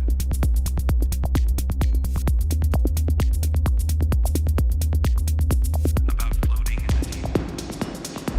Whoa, whoa, whoa, whoa. That was obnoxious. That was not the right effect. This is a better one. About floating in the about floating in the about floating in the about floating.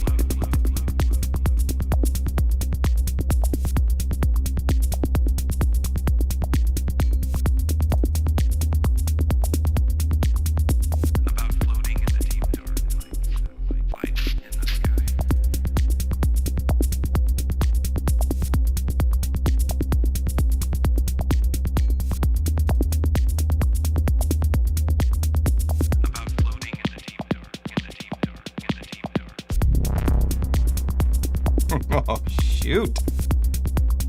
Yes. Lights in the sky. About floating in the deep dark lights.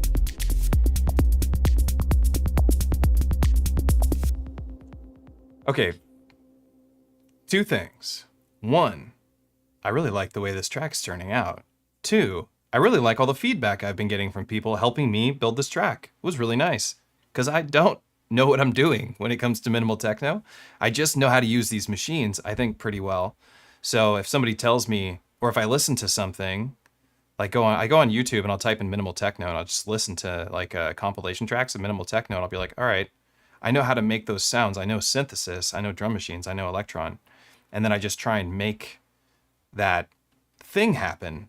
And it was stuff that I listened to had way more melody going on than this. And it was all called minimal techno. So, but it was really nice so far to have everybody give me what they think and then me try and incorporate it. And it actually, your advice was quite swell. Taking out the pad, quite swell.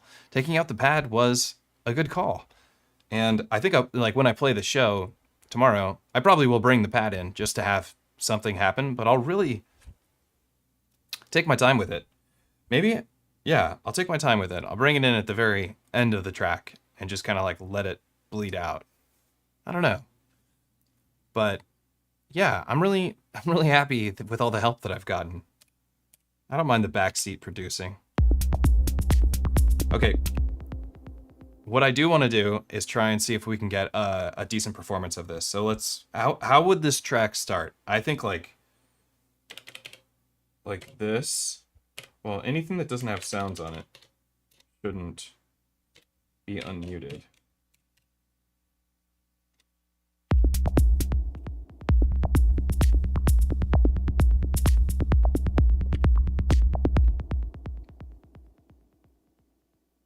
Now you will need to add an Ed Sheeran style writer's credit now. Fortunately, DistroKid really helps you with that.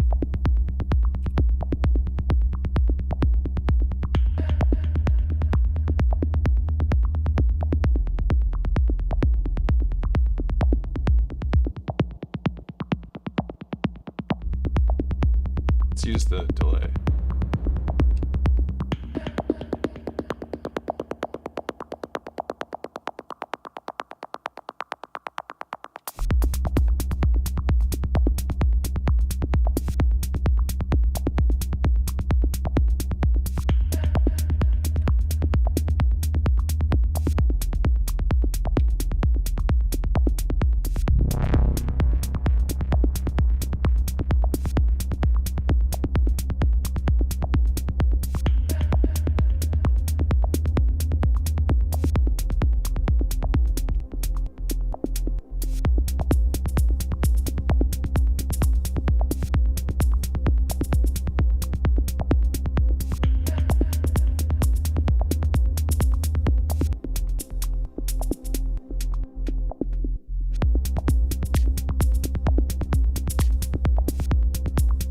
That was supposed to be a high pass filter.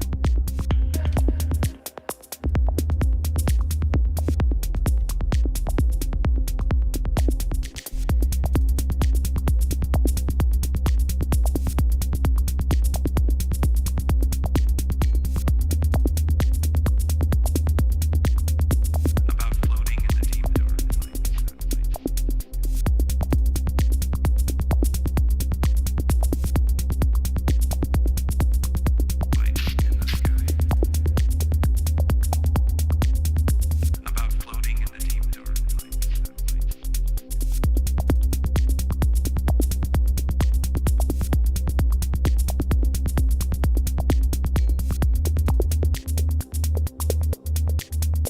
About floating in the deep dark about floating in the deep dark lights in the sky. Try to skip a random hi-hat on occasion.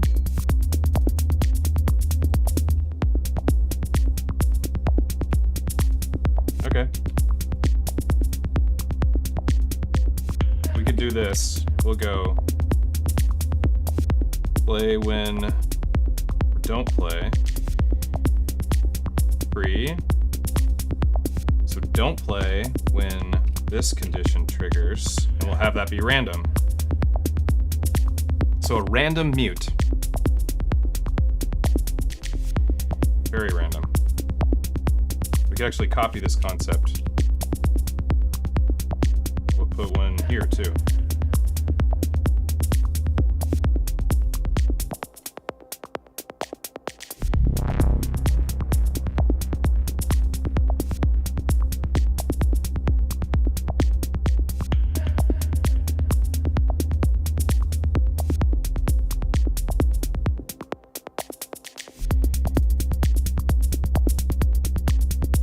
Now we'll do that same idea on here.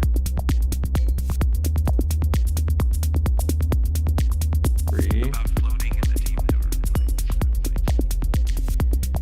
And a random chance. Copy. Alright. Gives us a little room to breathe.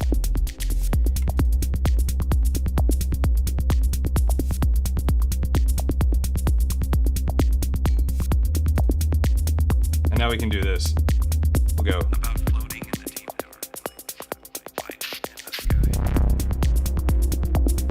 Now we leave the minimal and go into the whatever other techno genre that you all say this is.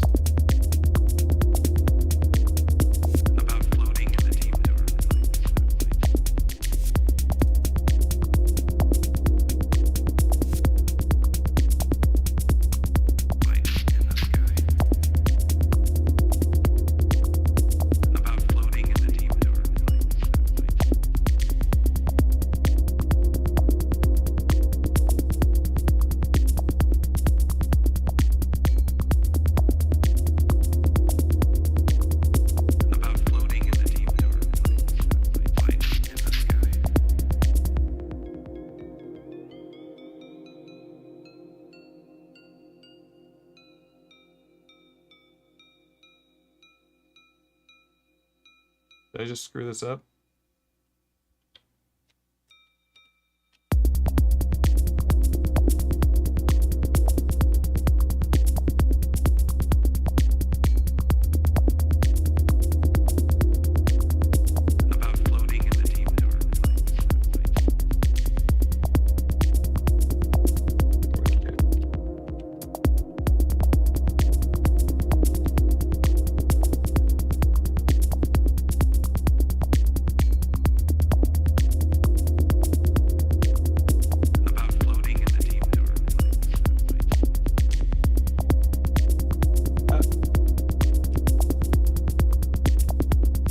These not play sometimes.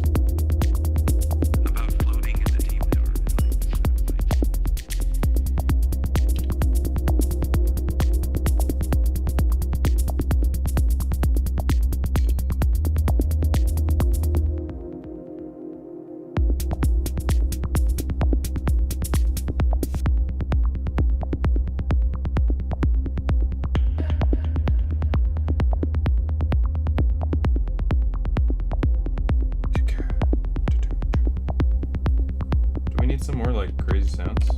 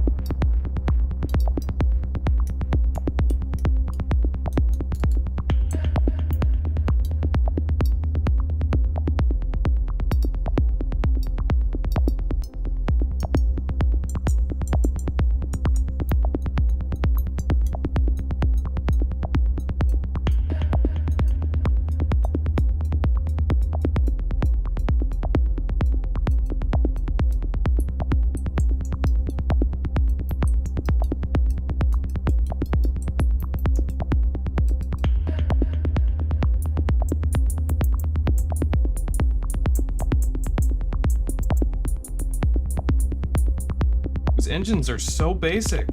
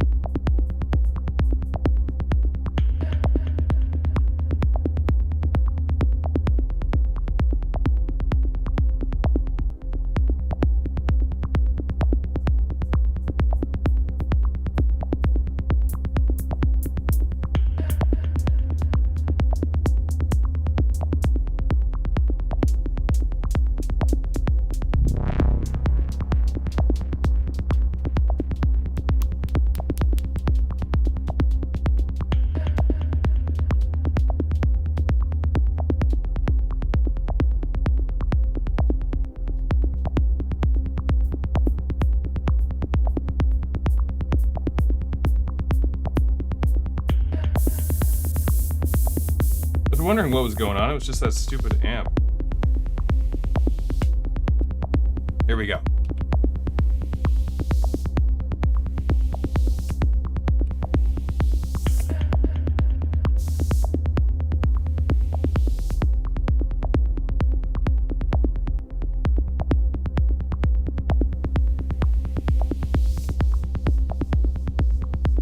That's what we needed.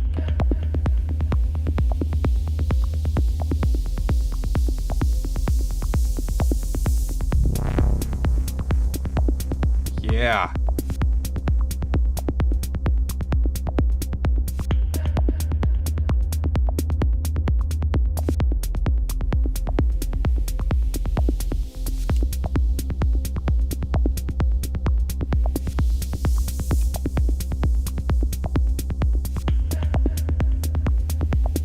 So we just gotta build that into the track.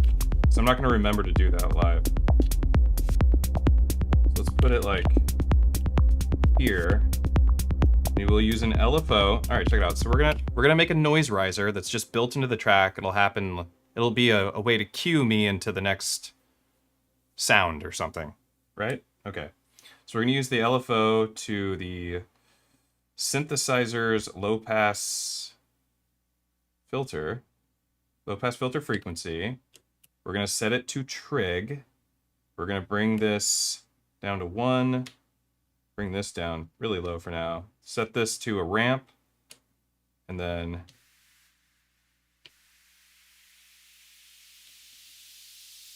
maybe we actually take it back to here. Let's just hear how it sounds. Might need more depth to it though. We'll see. Here we go.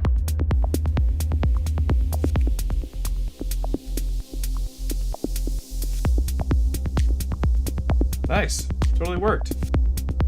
We just don't want it to happen very often. You know what I'll do? I'll have it be a fill condition. Wait, no, I don't want to do that, because then I'll forget. Let's have it happen on the 4th time around.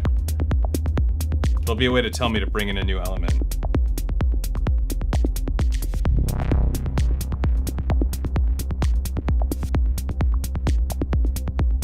That's a really long time to wait, though. That's...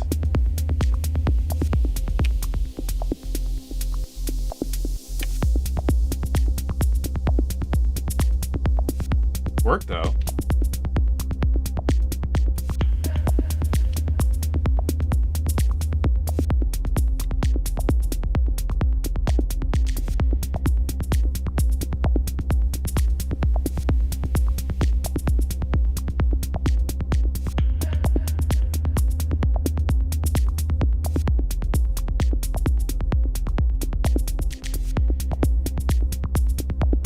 What do we have the trig on? 48? I think that's right.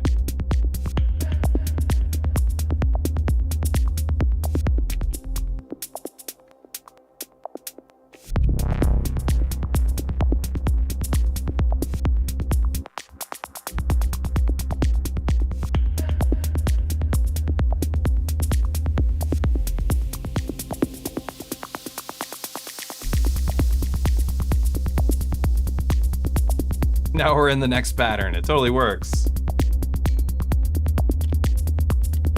The toy sounds just kind of stupid.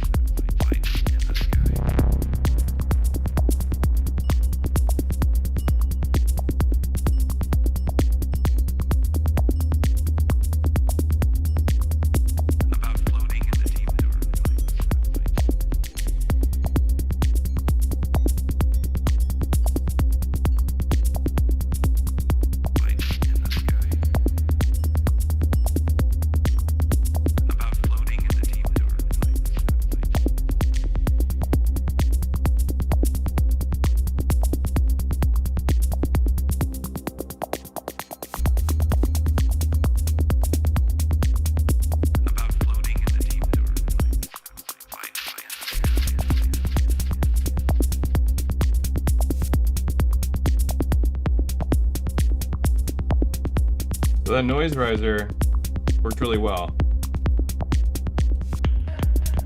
Let's bring it over here. I guess we gotta get that engine too.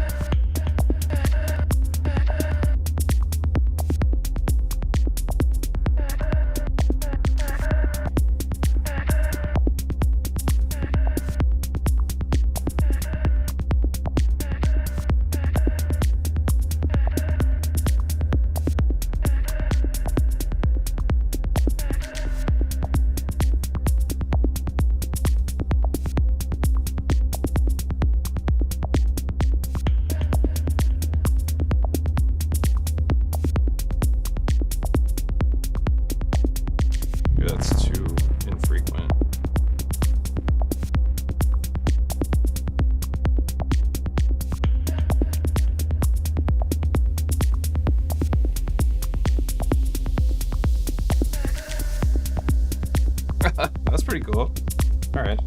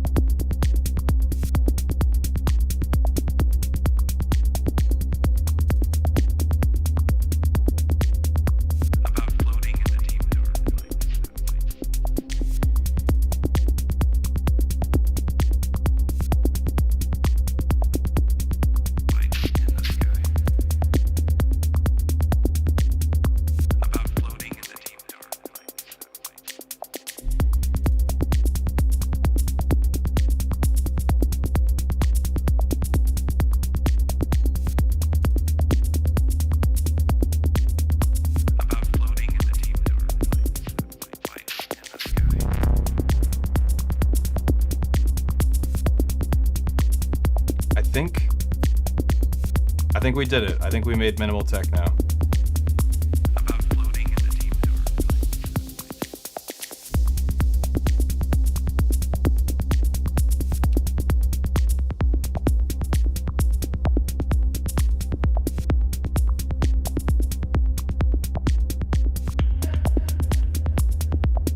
We have a track.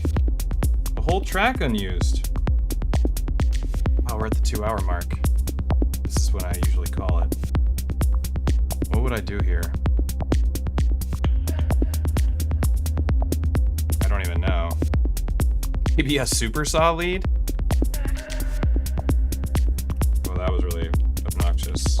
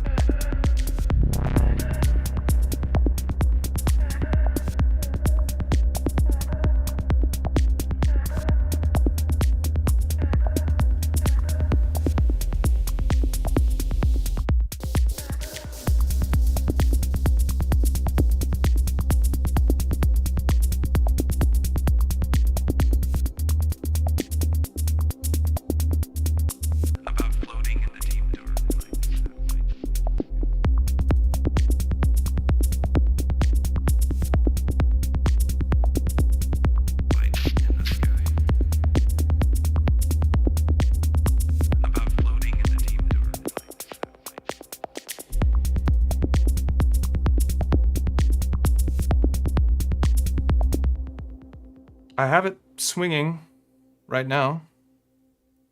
Percussion's at 5 and 8.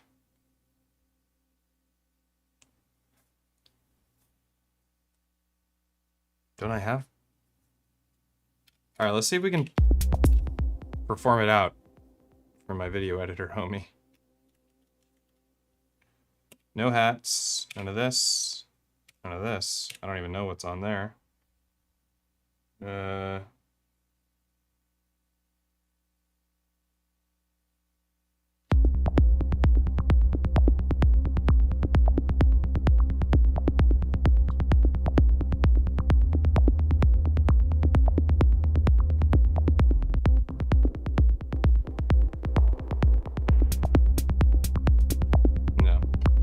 What do we want to do for that?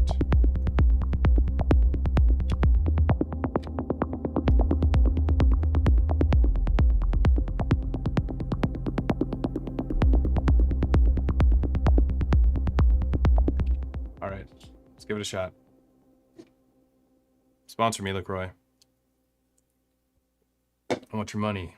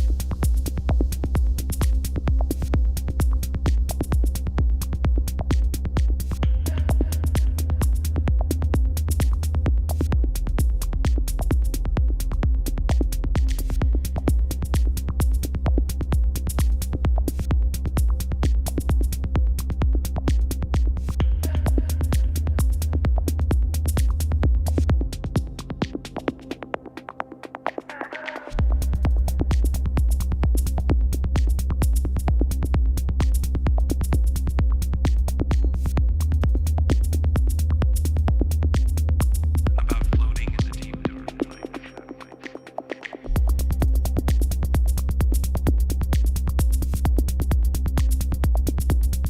Lights in the sky. About floating in the deep dark night satellites.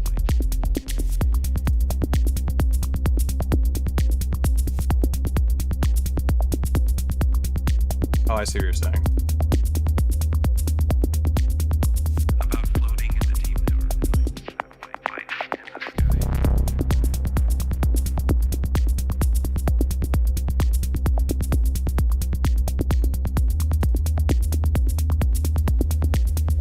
About floating in the deep dark night satellites.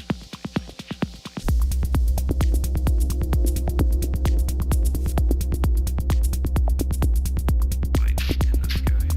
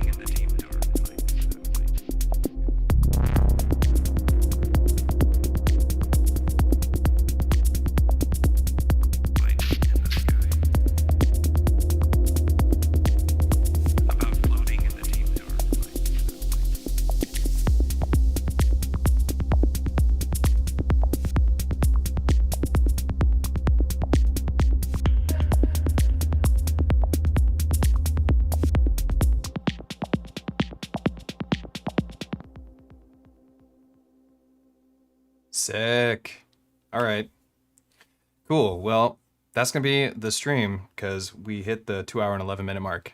That's a lot of footage. So I'm going to call it and continue to work on this, but off the stream and a little bit later. Thank you, everyone, for hanging out during the stream and for the awesome support. Always a pleasure to see you, John. I'm glad you got to show up. If you don't know, John makes beats, awesome Octatrack user, fantastic music, and a great streamer. A lot of fun to watch, one of my favorites. Besides that, everyone else in the chat, you're also awesome and probably great musicians and streamers too. So go watch them as well. But besides that, thank you, DistroKid, for your sponsorship today. Thank you, Elektron, for making these wonderful boxes.